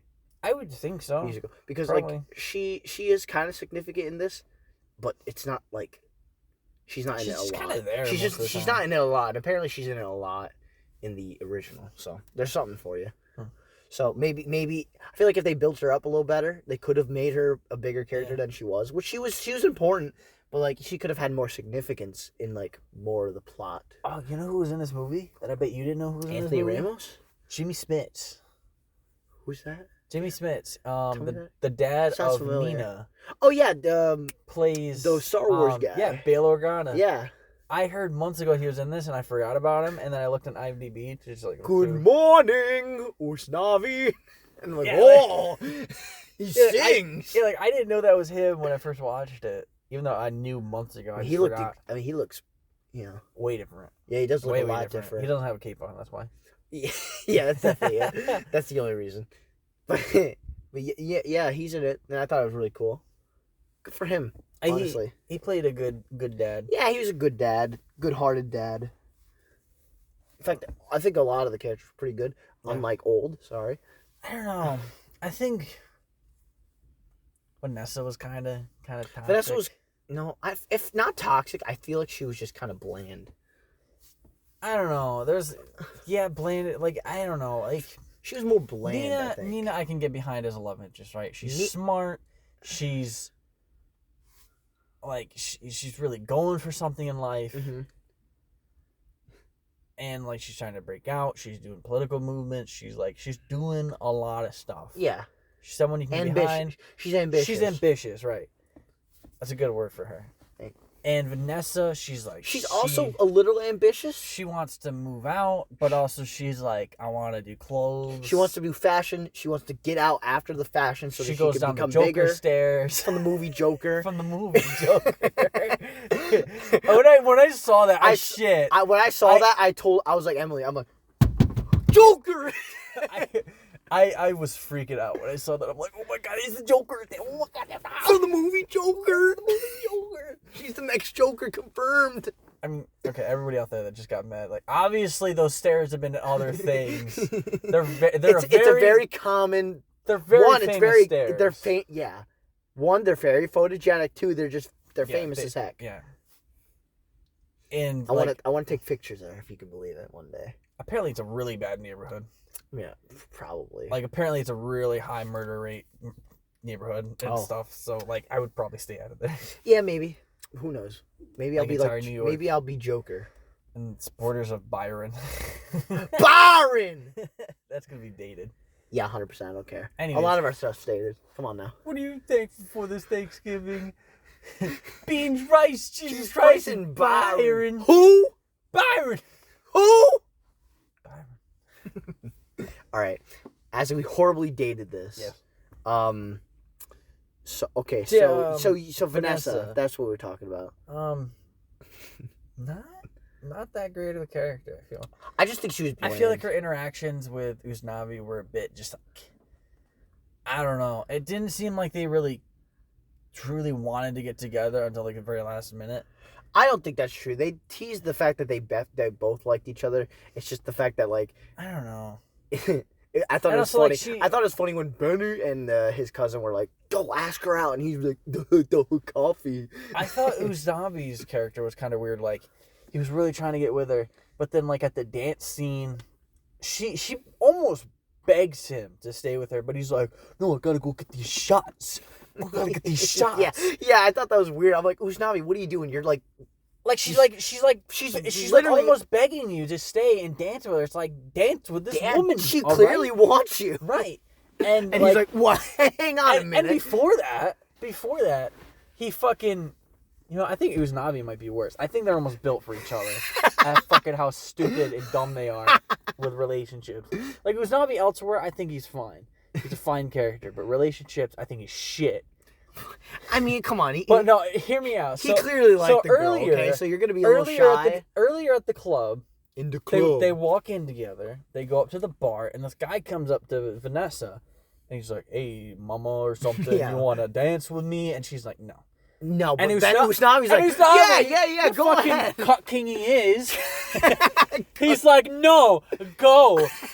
If you want to go dance, if you go." It's like, she just said no. Obviously, she doesn't want to. Why are you pushing her to go dance with this guy? In the theater, I'm like, Usnavi's really like just... And like, she does. And it's like, okay, why are you going with him? Just because he says it's okay, you should think, oh... Maybe I think she was trying to make him jealous. That's what I would do. I'd be like, well, okay. All right, even in that case, that's fucking stupid. Who cares? He was being stupid. He was like, okay, go ahead. And she's done it multiple times, too. She's like, oh, come on, let's dance. He's like, no. And then some people are just like, come here, mama. And then they go dance. And then at the end of it, the power goes out and the blackout happens. They meet outside eventually. They find each other. And the TikTok thing where he's like, "You were dancing with half of the heights." Yeah. Yeah. And I'm like, she not wrong, but also like, you pushed her into that. Yeah. So like, fucking, I hate you. The entire scene frustrates me. I think it's a funny scene. It's funny, but it's just... Well, it's funny, and I think it is. It's important. It's kind of a little stupid, but I kind of... But the character, like... I get it. It doesn't make sense. I think I get it. I mean, dude... And also just how oblivious, like, she is later in the movie when they're like, "Why do you think you get free coffee?" And she's like, "Oh, shit, dog. Really? I get free coffee?" No, they definitely... Because he wants to see my titties? Look, they were definitely into each other from the start. Right. Because she was like, "You owe me a champagne," in the beginning, in the first one. Oh, yeah, and that's not just something you say to somebody. Well, maybe they have a little something they did. off the movie. I don't think so. In the future, I feel like it is. They definitely knew each other. So. I definitely think they knew each other prior. I almost wish they would have pulled a bait and switch with the kid character and made you think that he got with Vanessa, but he actually got with somebody. With Nina. That's what I thought was going to happen. No, because as soon as she's introduced, I think the movie did this on purpose. As soon as she's introduced, he calls her a sister to him. True. So it cuts.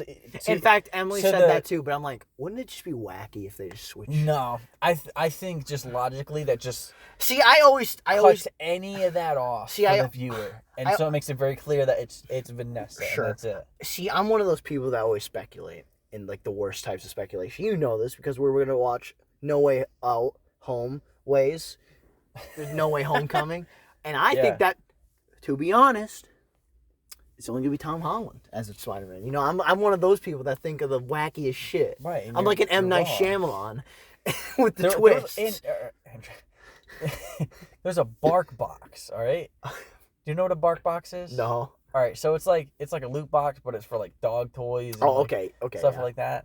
There was a Spider-Man themed one directly from Sony, and on the art it had Tom Holland's Spider-Man. And there's like new suits and everything, and like just like some promotional art. Sure. That's based on the movie. Sure.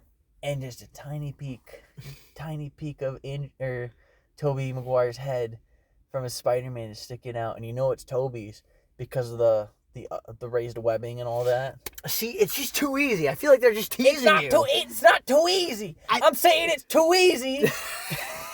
Wait, it's not for them too not easy to be in it. I'm telling you, they're not. I think they're just teasing us at this point. No. Yes, 100%. They're in it. You're fucking crazy. It'd be just too easy. Anyways, In the Heights. back to In the Heights. We can't get off topic too much. This is a long. This is a very long episode so far. Yeah, you're gonna have a fucking hell of a time editing. That's fine. In the Heights. I think Betty and Nina are fine. I don't think they have enough development for me to care too much. I also think I think that they prior to her going to college, they had something. Oh yeah, 100%. Yeah. And they rekindle it. So I think they had enough character development there. I bought it just because they're both attractive people, and it's like attractive people are gonna be attracted. Yeah. Benny's a very hot man. Yeah, he's an attractive man. But Emily thinks he's gay. Whoever plays him, and I'm like, look, maybe, who knows? I mean, maybe, but like, he does. No, but she just thinks so. Emily gets a little focused on it's funny. Know. I think it's funny. It's funny, but I think she focuses on it a little bit too much. I think it's absolutely hilarious, so I just go with it. I'm like, sure, fair enough, whatever. But whatever, you know. They're very attractive. Like, hey, come on, Vanessa and Anthony, they're very attractive as well. They are too, but they've been shown like visible toxicity to one another towards the relationship. So it's are they good for each other? See, I think they're valid in what they do. Well, not Anthony. I don't know what he was doing. I think he was just being a cuck, to be honest. It's fucking stupid. Yeah, being really stupid. It's like this woman who's so attractive is literally at your fucking feet. Right. And you're just like, go. I gotta drink. I gotta get some shots. Like an alcoholic, dude. I'm like, dude, calm. Dude, he was like so adamant for those two. I remember that. Yeah, I know. He was like, no, I gotta get shots. He's like a guy at the bar that just won't leave. And he's like, buddy, you've had like 10 shots. Get the hell out of here. Yeah, just go dance with this beautiful woman. Yeah. Right in front of you. Yeah. So I get why she's mad at him. Yeah. And he's like, the heights, and the half of the heights. And I'm like, sure, I get that, but also you're the reason she was dancing with half of the heights. You know what I mean? Yeah. But yeah. I feel like we're really stuck on this topic. So yeah, it's fine. The wall walking scene, that was cool. Oh yeah, that whole I love that whole music number. Yeah, that was a good music number. I really liked that they Benny in. I think I know how they did it half the time. Like, all right, so they probably did a set where it's like on the ground, it looks like the building. Yes. But I think they had a second set that they did with cameras where they had one that rotated.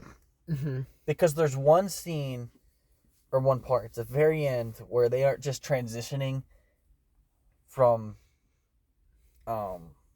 standing regular to on the wall. Mm-hmm. There's one where it's dynamic and where she slides down the rest of the wall and he holds her. Yeah. And I think that's where it makes me think that there's one that rotates, because for her to slide, it would actually have to change orientation. Sure, I don't care either way. It looked really cool. I don't know. I just like trying to figure out how they did it. Oh yeah, sure. I'd love to see behind the scenes just to. Oh yeah. I'm sure they'll have it on like a disc or something, like a Blu-ray or something. But yeah, it's really cool. I really like that scene a lot. It's one of my favorites. Oh, you know what scene I don't like? What's the scene that you don't like, Nate? Or just like the characters? What characters don't you like, Nate? The hairdressers. You don't like them? I hated every second of them talking. I loved them.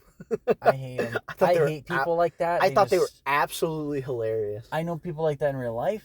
I hate them. I can't stand them. It just pisses me off. I think that they are hilarious. I also really like their music number. Tell me something I don't know.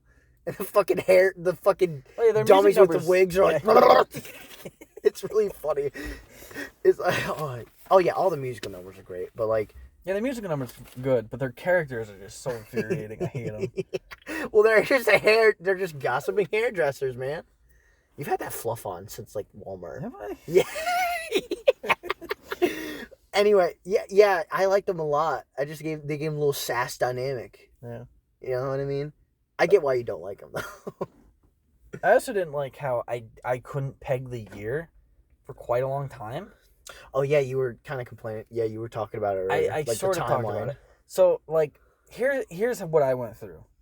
So I don't know if I thought I might have missed something at the beginning. I'm still not sure if it said. I don't think you did.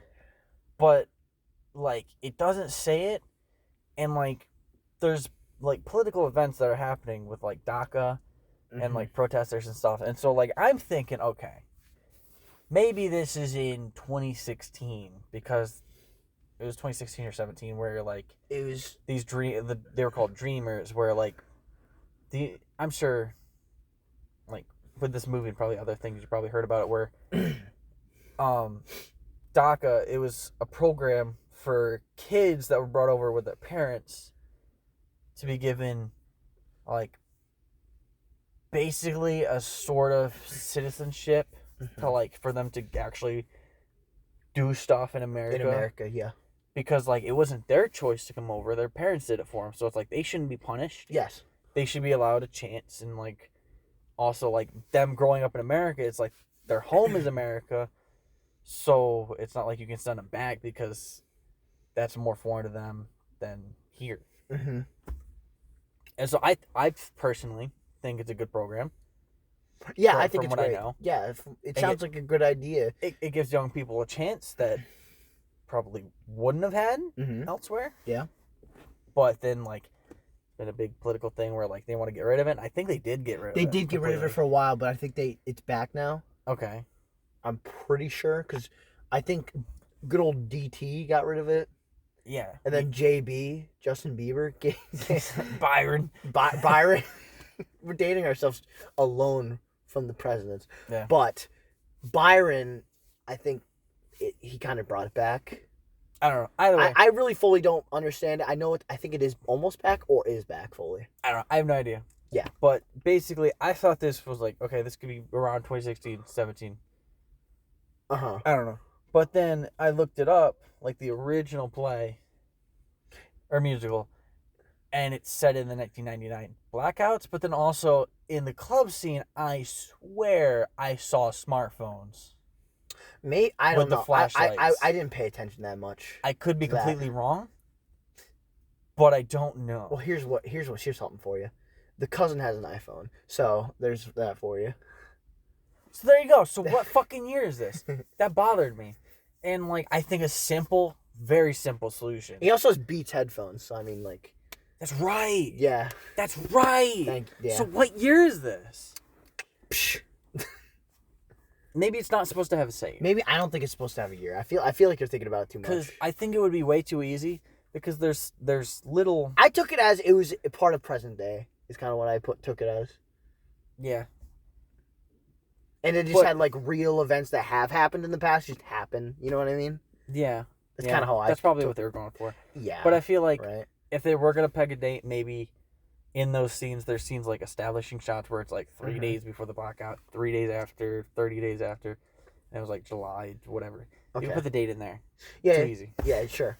But maybe they weren't trying to do that. Maybe they're trying to just like, it's somewhere in this timeline. It's somewhere recent-ish. Yes. While we're on the topic of beats, How about them? It'll come into the front. I swear it's related. One of Emily's critiques, and her only critique, and I'm wondering how you'll think about it. I think you might agree with her. She wishes that if they live in if Washington Heights, and if it's as poor as they seem to be, then how they could get do they get Beats, iPhones, and like certain amount of clothes that they have? Because and because you're poor doesn't mean can't have expensive and that's things. that's what I told her. I'm like, I know. I'm quite a few, like most people will splurge on newer phones than because it's like nice clothes. Yeah, because it's the newest thing and you're gonna want. It's one of those things that like it happens in real life, and when you see it in a movie, it's kind of like, it looks weird, but it's like that happens in real life. Yeah, and that's what I told her too. I'm like, it's not as uncommon as you think. Which I noticed it especially with the Beats, but I chalked it up to, that's a dumb fucking kid. Of course he would spend his money. He's like 15 maybe. In this movie. It's like he knows Beats are cool, so he's gonna get the coolest thing, even if it's expensive and probably takes up most of his like money he makes. Hey man, they were nice, so I mean, good for him. But whatever makes him happy. They're nice, but they're overpriced. Yeah, of course. Whatever. I think if you're gonna get something wireless, also just get earbuds. You know what I mean? They're just more comfortable and just less stupid looking. You know what I mean? But whatever. But that's what I told her. I'm like, I'm sure that they can, like, they still make money. Not a lot, I'm sure. But if you save enough, I'm sure you can get what they have. Like, Usnavi had Timberlands on. Tim's. He had Tim's in the opening scene, He has nice clothes in general throughout the whole movie, I'm thinking. But also, at the end of the day, movie. Yeah, that's kind of what I also said. I'm like, I get it, but also movie. But you could say the same thing about the timeline thing you got here. It's a movie. Movie, yeah, exactly. Movie. But yeah, there's something for you. Really, I didn't think it was that bothersome because I'm like, I mean, I could, they clearly seem like they're still pretty poor. Like, they think 96,000 is a lot. It is quite a bit. It's quite a bit of money, and to them, they treated it like it was $1 million. You know what I mean? Yeah. You know what I mean? So it's kind of like, yeah. Well, I feel like 96,000 could change your life. Oh yeah, I totally can. You can go to college, like in the fucking probably song. Won't be able to pay for all of it. Well, no, but for most of it, yeah. I mean, they do point out. I think they tell the kid like it's not that much, but it's still a lot. Yeah. Like I think he was talking about like renovating the entire neighborhood or something. Yeah. Like it's not that much. Yeah. So calm down. You got big dreams, but you gotta get down to the streets. I don't know. Fucking Benny was talking about investing in crypto coin. No, I'm just kidding. He was talking about investing. He was talking about investing. I'm like, yeah, that's smart. Yeah, that is smart. With all that fucking. Benny's a smart guy. Big W guy right there. Yeah, he is. He got big dub. Big dub for Benny. He seems like a smart dude. So, good for him. You looking at your notes? I got most of my notes done except for the ending. Right. Do you want to get to that? Are we getting to the ending? I think have we covered? Okay. By the way, the grandma dies. Oh yeah. We never even really talked about that. He has a musical number, and then she dies like after because she was feeling a little woozy doozy during the blackout. Then the beat. Yeah. Then the seat. Then the heat. Yeah, and then she lays down and dies, and not in the streets, but in her apartment. In her bed, she's like, oh. It's really sad, but old people dying, it's kind of sad. Dying is pretty sad, but I feel like again, like a critique. I wish she was in the movie more. You know what I mean? Yeah, she had a presence, but she didn't actually do much. Yeah, we didn't really find a lot about her character.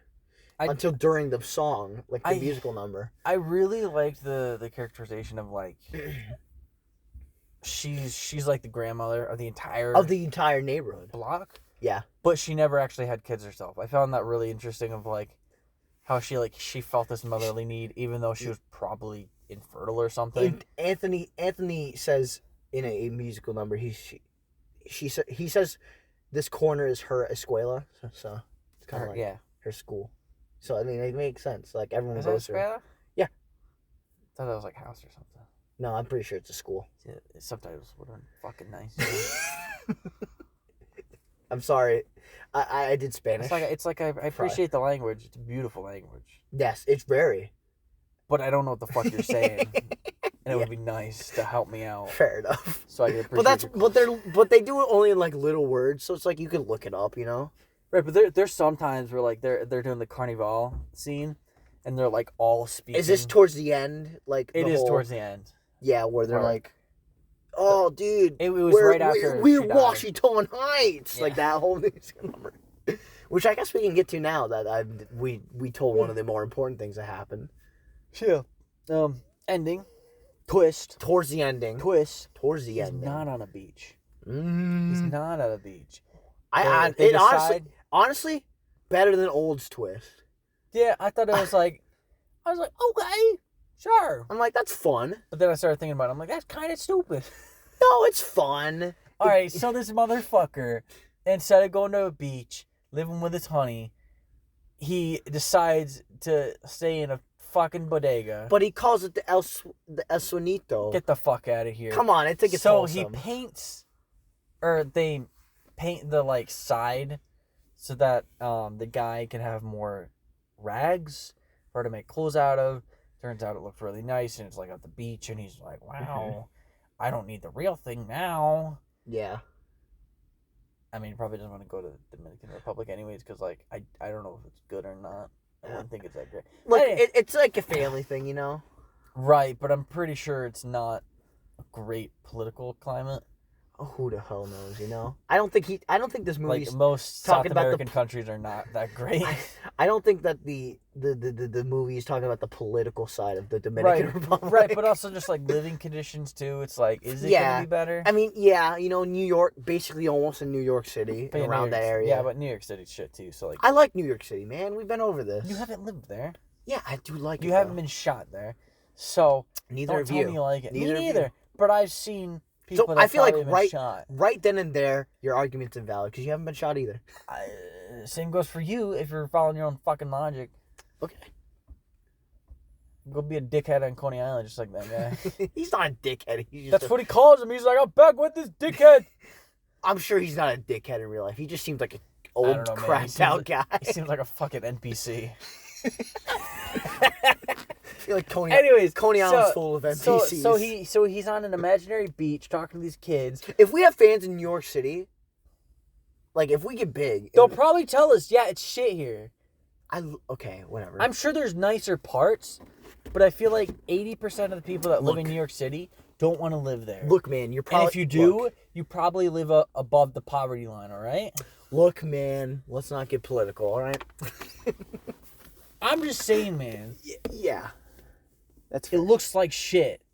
It's fine. It's pretty cool up there. I don't like cities. I know. I like cities because I've also lived in one, so... You're fucking 4 years old. Still live there.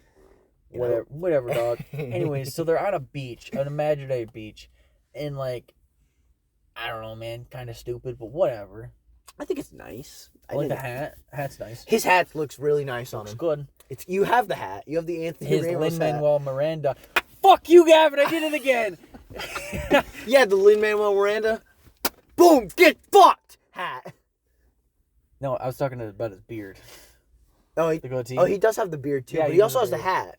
Yeah, the hat. Okay, so he has the Lin-Manuel Miranda. Get up! I said it again. Get fucked. He has the what's it called?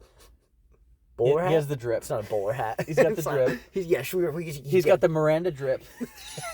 The Lin drip. The Lin drip.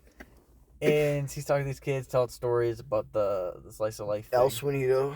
Mm-hmm. And I really like this scene where, like, all these like little things you've seen in the movie, and it, like, cuts to them on the walls. And, like, you see this... you hear the sound bites. Of like the things. I thought that was kind of really cool and just fun. I also like that the painting was the beach that they were on. Yeah, that was kind of cool. That was pretty cool, I thought. And they go outside. He's like, "Hey, babe." Yep, basically. Look at this kid, the beautiful kid. And they're like, "We're opening the hydrants in the heights." In the Heights! And then a post-credit scene happens that I didn't see. So. I'll show you after this, but... I enjoyed it. Yep. I think the biggest factor, like I said, was subtitles. Right. Not being there. When I needed the most to understand what was being sung. I feel like that's a nitpick, though. Is it a nitpick? I feel like that's a really... Like, I don't know. I feel like... I don't know. Fair enough. I don't know. I just feel like it could have been a 9 if I knew what they were singing at the time. Fair enough. I am fortunate enough to know what they were talking about for the most part. So. Oh, look at you.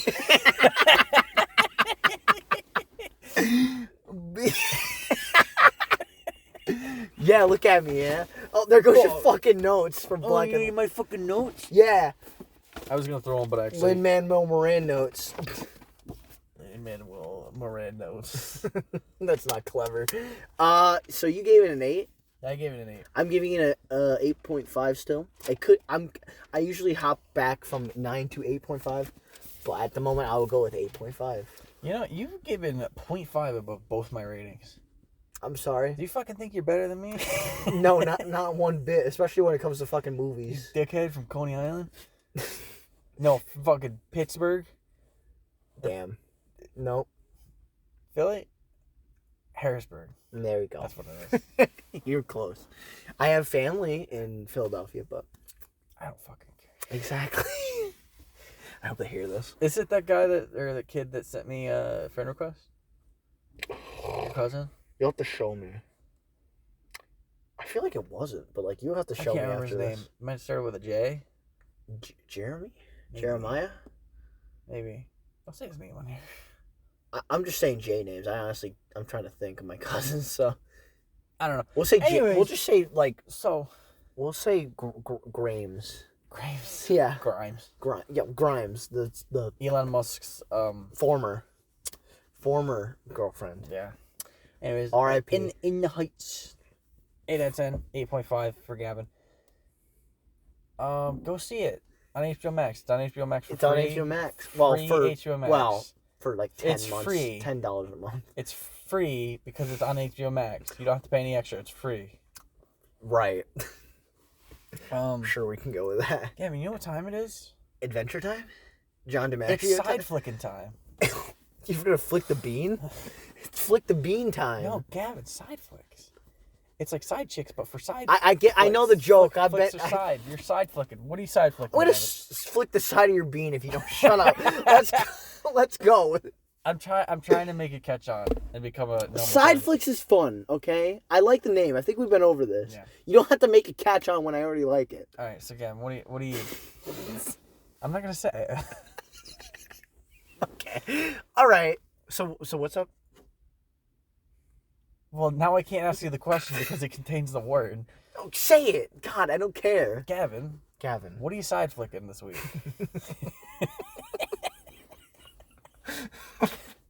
I'm trying to think, man. I really haven't side flicked a lot. You haven't seen any movies, games, books? I watched like 30 minutes of Clifford the Big Red Dog. Yeah. What do you think of it? For what it was, the 30 minutes was fun. It's the best 30 minutes I've ever had out of that movie. Fair enough. That's on my list. I honestly think I'm so sorry. My Paramount Plus ran out. Oh no. Yeah, I know. You're not gonna get your fucking free TV. There's gonna be a show on there in like a month that I can't even remember now. That's always a good sign. Because that's always a good sign for a movie. It might have been a movie or something. No, there was actually something I saw and I'm like, well, that's mildly interesting. Well, great. I'm so fucking sorry for your goddamn loss, for you being on my fucking Paramount Plus account, plus my HBO Max, plus my fucking Peacock, plus my everything else, basically. Gavin. Yeah.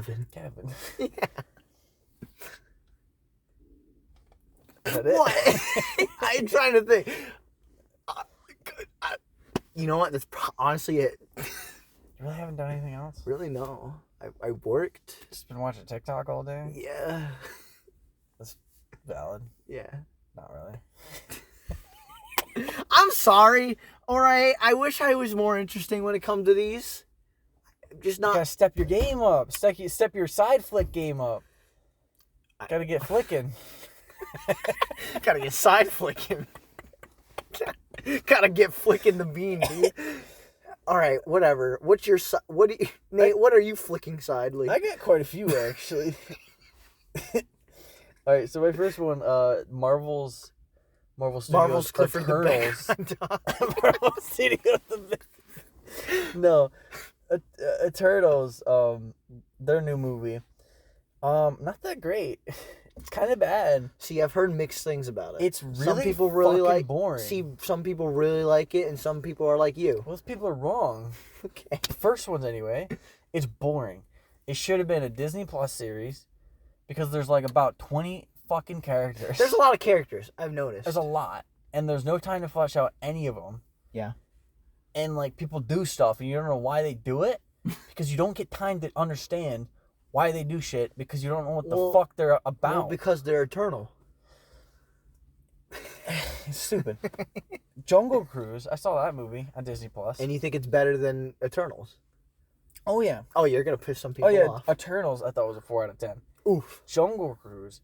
Pretty fun. Has some nice twists and turns. Keeps you engaged. M. Night Shyamalan? It's funny. It's funny. It's got great performances. I mean, they're Emily Blunt and Dwayne. The premise, it gets actually pretty interesting. It's based on a ride, and it's worked before how they've done that. So, like, I think it's pretty solid for an adventure movie. It's not gonna blow you away with crazy themes and shit and be yourself and it's not gonna win any awards and all that. But it's fun. It's something you can watch with your family. You can watch it. It might be a nice date night movie. Honestly. Oh. Like, it's not overly romantic, but it's, like, fun.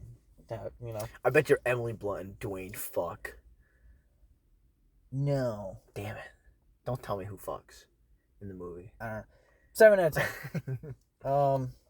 Wow, 7 out of 10. The Forever Purge. Watch that movie. Good God, you watched that? That's fucking bad. I've been trying to tell you wanted to watch that in fucking theaters with me. And I'm like, you're fucking out of your mind. By far, it's the worst Purge movie. It's okay. So the premise of the Purge movies, I feel like most people know. But if you don't 12 know, hours, everything's legal. Yeah, 12 hours. You can do whatever you want. Everything's legal. Fuck. You can fuck dogs. You could. I don't know why that was the first Cats. thing. I don't know why that was the first thing I thought of. But like, that's an interesting premise. What if you just make it so the Purge forever. doesn't matter? Well, that's not the Purge anymore. Because that's what they do. So like the Purge happens, nothing happens during the Purge. It's all the action is it's like these people, they want the Purge to go on forever. The Forever Purge. The Forever Purge. And so they continue it, and there's like uprising across the United States. So it's not a purge. It's not a purge. It's just a fucking revolution, basically. Call it the revolution at that point. Right, and it's stupid because it's like... Or Purge Revolution or something. It's like, what's the point of it being a Purge movie then? And like, there's also some really just like heavy-handed like political themes that they just like shove down your throat and you're just choking, and they just fucking put more, and it's like, I can't breathe because it's just like it's right in your throat. It's like you've heard the term like slapping your face, or like it's like it's like on the nose. This is down your fucking gullet, dude. I'm telling you, it's That's so really good. It's too much. Oh. And it's just bad. You're right. And I think it's by far the worst. And you wanted to watch it in theaters. And I said I'm glad I watched it so I can never watch these again. There's no way. The original writer, the James DeMonaco, he writes all the Purge movies. I don't know if he's directed any of them. I couldn't tell you. Okay. But he said this is the last one. For the best. I hope so. But not James. Maybe it is James. I don't know. The producer of Blumhouse Productions, whatever. I know who head guy. I know who Blumhouse Production is. But... Yeah, they make a lot of low budget horror thrillers, and they make lots of money. And it's smart. It's a really good business model. Yeah. They can make some really good stuff. They make some bad stuff. And this one's a bad one. And Jason Blum, that's his name. Jason Blum, he has said in an interview he's like really trying to coax Gav James D'Amato going to making more, which makes sense because these things make lots of money for They them. do make a lot of money. I don't know if this one made a lot of money. It made less money than the others, but it was mainly like just because pandemic stuff. Right. So yeah, I hope they don't make any more. I don't know what they could do with the next one. Make it worse. Well, like it wouldn't be a Purge movie anymore. It'd be like a fucking Splurge. Like it wouldn't be good. Yeah. 3 out of 10. Bad. I saw Clifford too. Yeah. Clifford You watched the it Big Red all. Dog? Didn't you watch it all though? I watched it all. Okay, yeah. Unfortunately, I only watched like 30 minutes. So. it's the first 30 minutes are the best part. Okay. Best time to turn it off is after 30 minutes. Because that's a quick, sweet, just like doing shit with Clifford, whatever. Yeah. And then it keeps on going on. And it keeps on going on. And it's only 90 minutes, but it feels like 3 hours. See, I feel like Because you get dumb characters introduced, and then you get stupid motivations, and then you get character just things that don't line up with what they've been shown. And then, like, just like, I've always I always feel weird about talking about kids shows because it's clearly not for us. well, like, I've seen good kid things that you can see Sure, as a me kid. too. Yeah, sure. And you can also watch an adult, and they're both good in both ways. Sure. And, like, that's obviously going to be hard to, like, kind of balance. Sure. But when you go overly just, like, shit, and this is obviously made just to make money, and it's like, I feel like you really need to, like,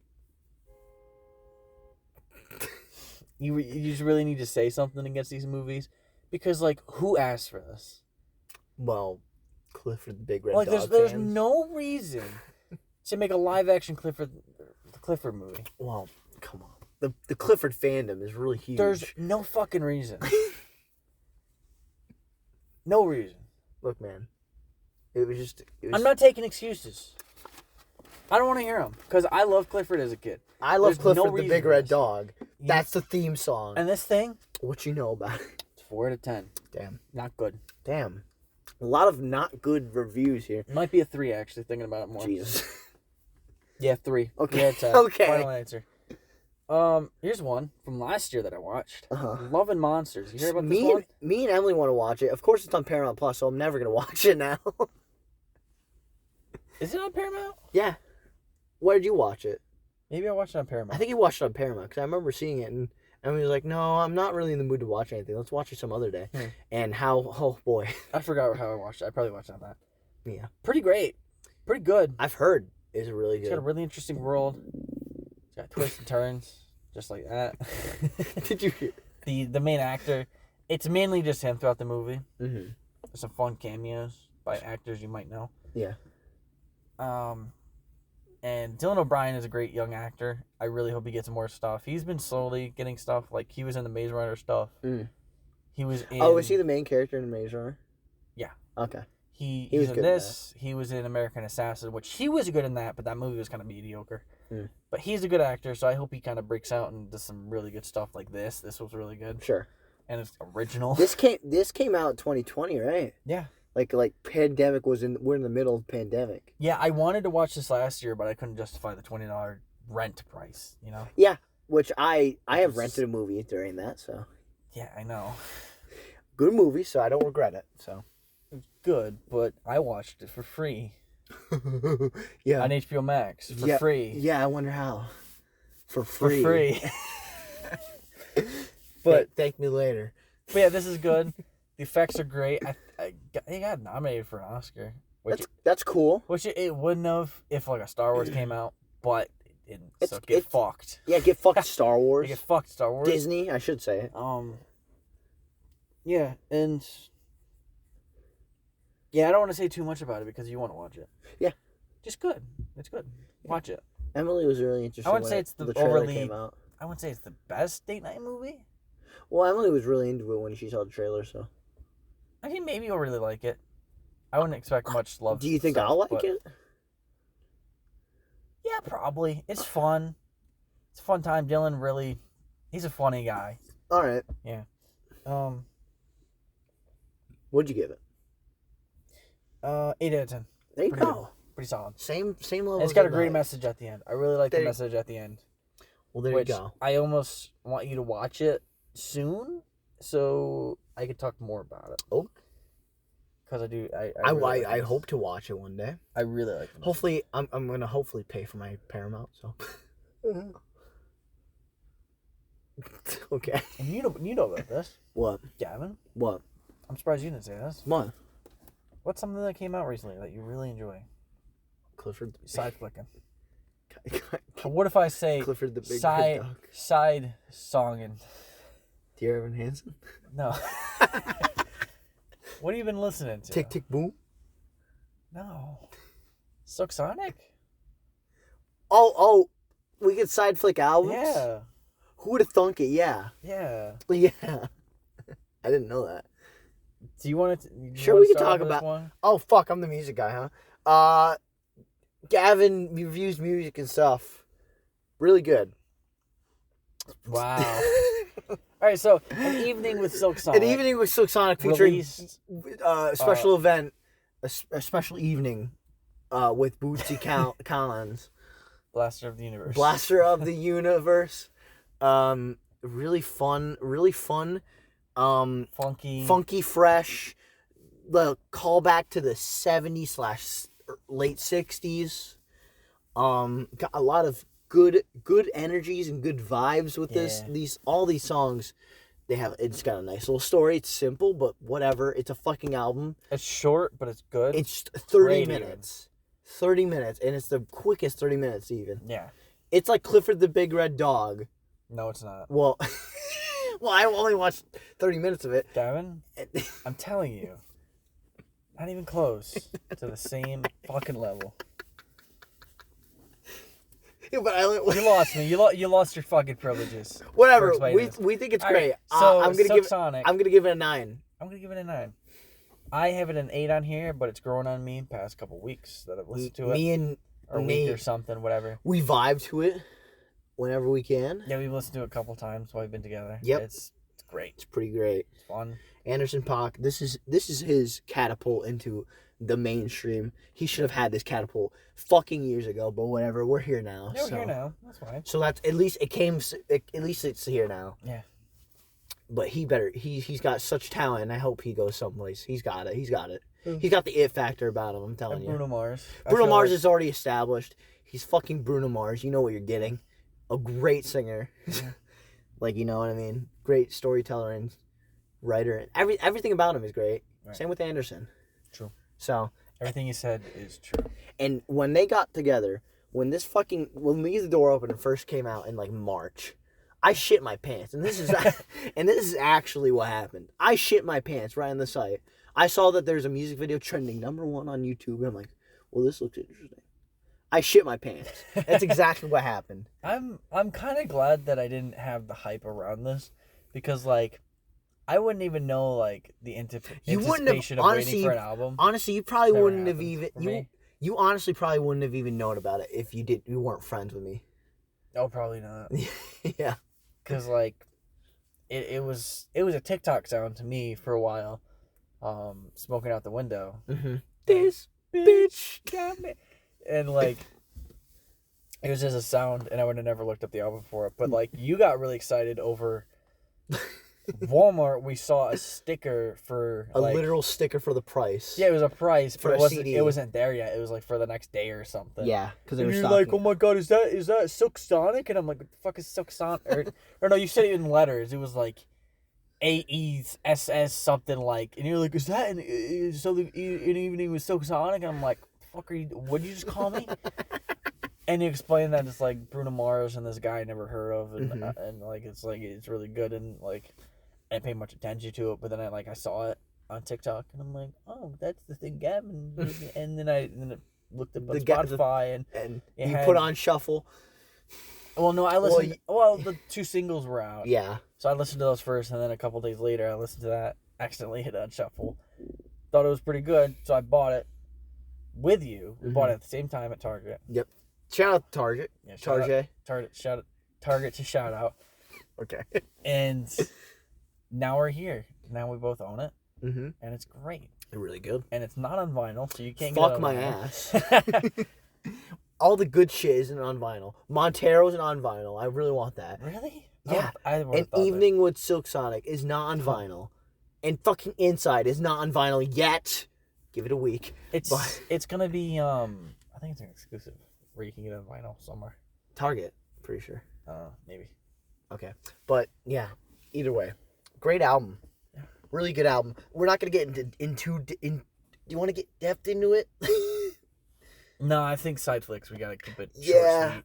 Like with the Montero thing, we put it with the review. Yeah. So it was fine. I mean, here's the thing. If you guys want in-depth like album reviews, that could be fun. We can do that in some kind of format. Maybe you could do it, be the host of it.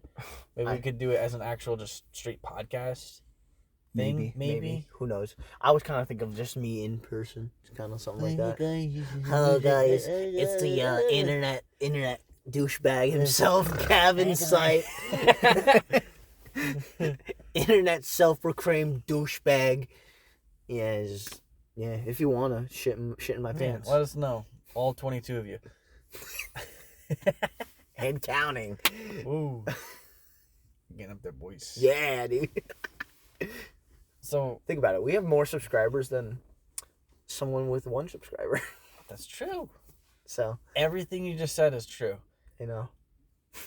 So I think that's about it. Yeah, really long podcast here. I think that's the show, man. That's the show. That's the show. That's most definitely that's a whole damn show. But anyway, great Scott, am I right? Yeah. We didn't do an outro on the last one. It was just that stupid rant. Really? Where we were do you remember it? I don't. I blacked it out. Blacked out. I forgot about it until I listened to it. I'm like, that's the dumbest shit I've ever heard. So we argued. Oh, was it the Spider-Man thing? No, it was the Star Wars, like if it's closer to 50 or 40. Oh yeah, that's right. Let's not get into it. Yeah. But that's what that was about. That's funny. I do remember that.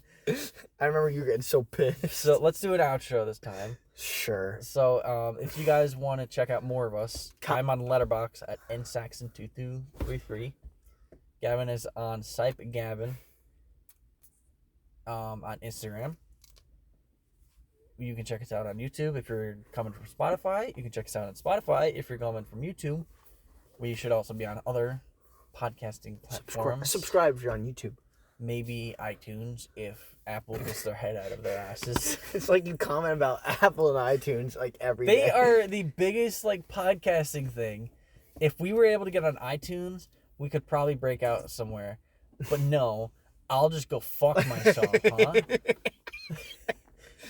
Oh my god, I'm sorry. You're probably right too. And I almost if I get an email from iTunes hey, we got your request to be on iTunes and be part of the iTunes broadcasting family. Yeah. And if you want to do that, we can talk. We can arrange. We can arrange you guys to host your shit on here and yeah. I'd probably say fuck you and not do it. What? Come on. At this point. Why? We gotta bounce in. I would have to think about it, honestly. Nah. I don't know, man. Fair enough. Either way, thank you guys for listening. Yeah, thank you guys for listening. This is a really long podcast. This was a long one. So but I feel if you stayed, I'll suck your dick. Consensually. I think at the end of it, I think the old is the friends we made along the way. I think the friends we made along the way are old. No, I think the In the Heights is the friends we made along the way. I think In the Heights are the old family friends that we friends. I think the In the Heights is the old we made along the way. I think that Marvel Studios Clifford the Big Red Dog is really gonna break out. I think Eternals is the old In the Heights, the Love and Monsters we made along the way. I think the Jungle Cruise Marvel Studios featuring Clifford was the Jungle Cruise, old In the Heights, Love and Monsters, Silk Sonic along the way. Clifford. Fuck off! I was trying to end it.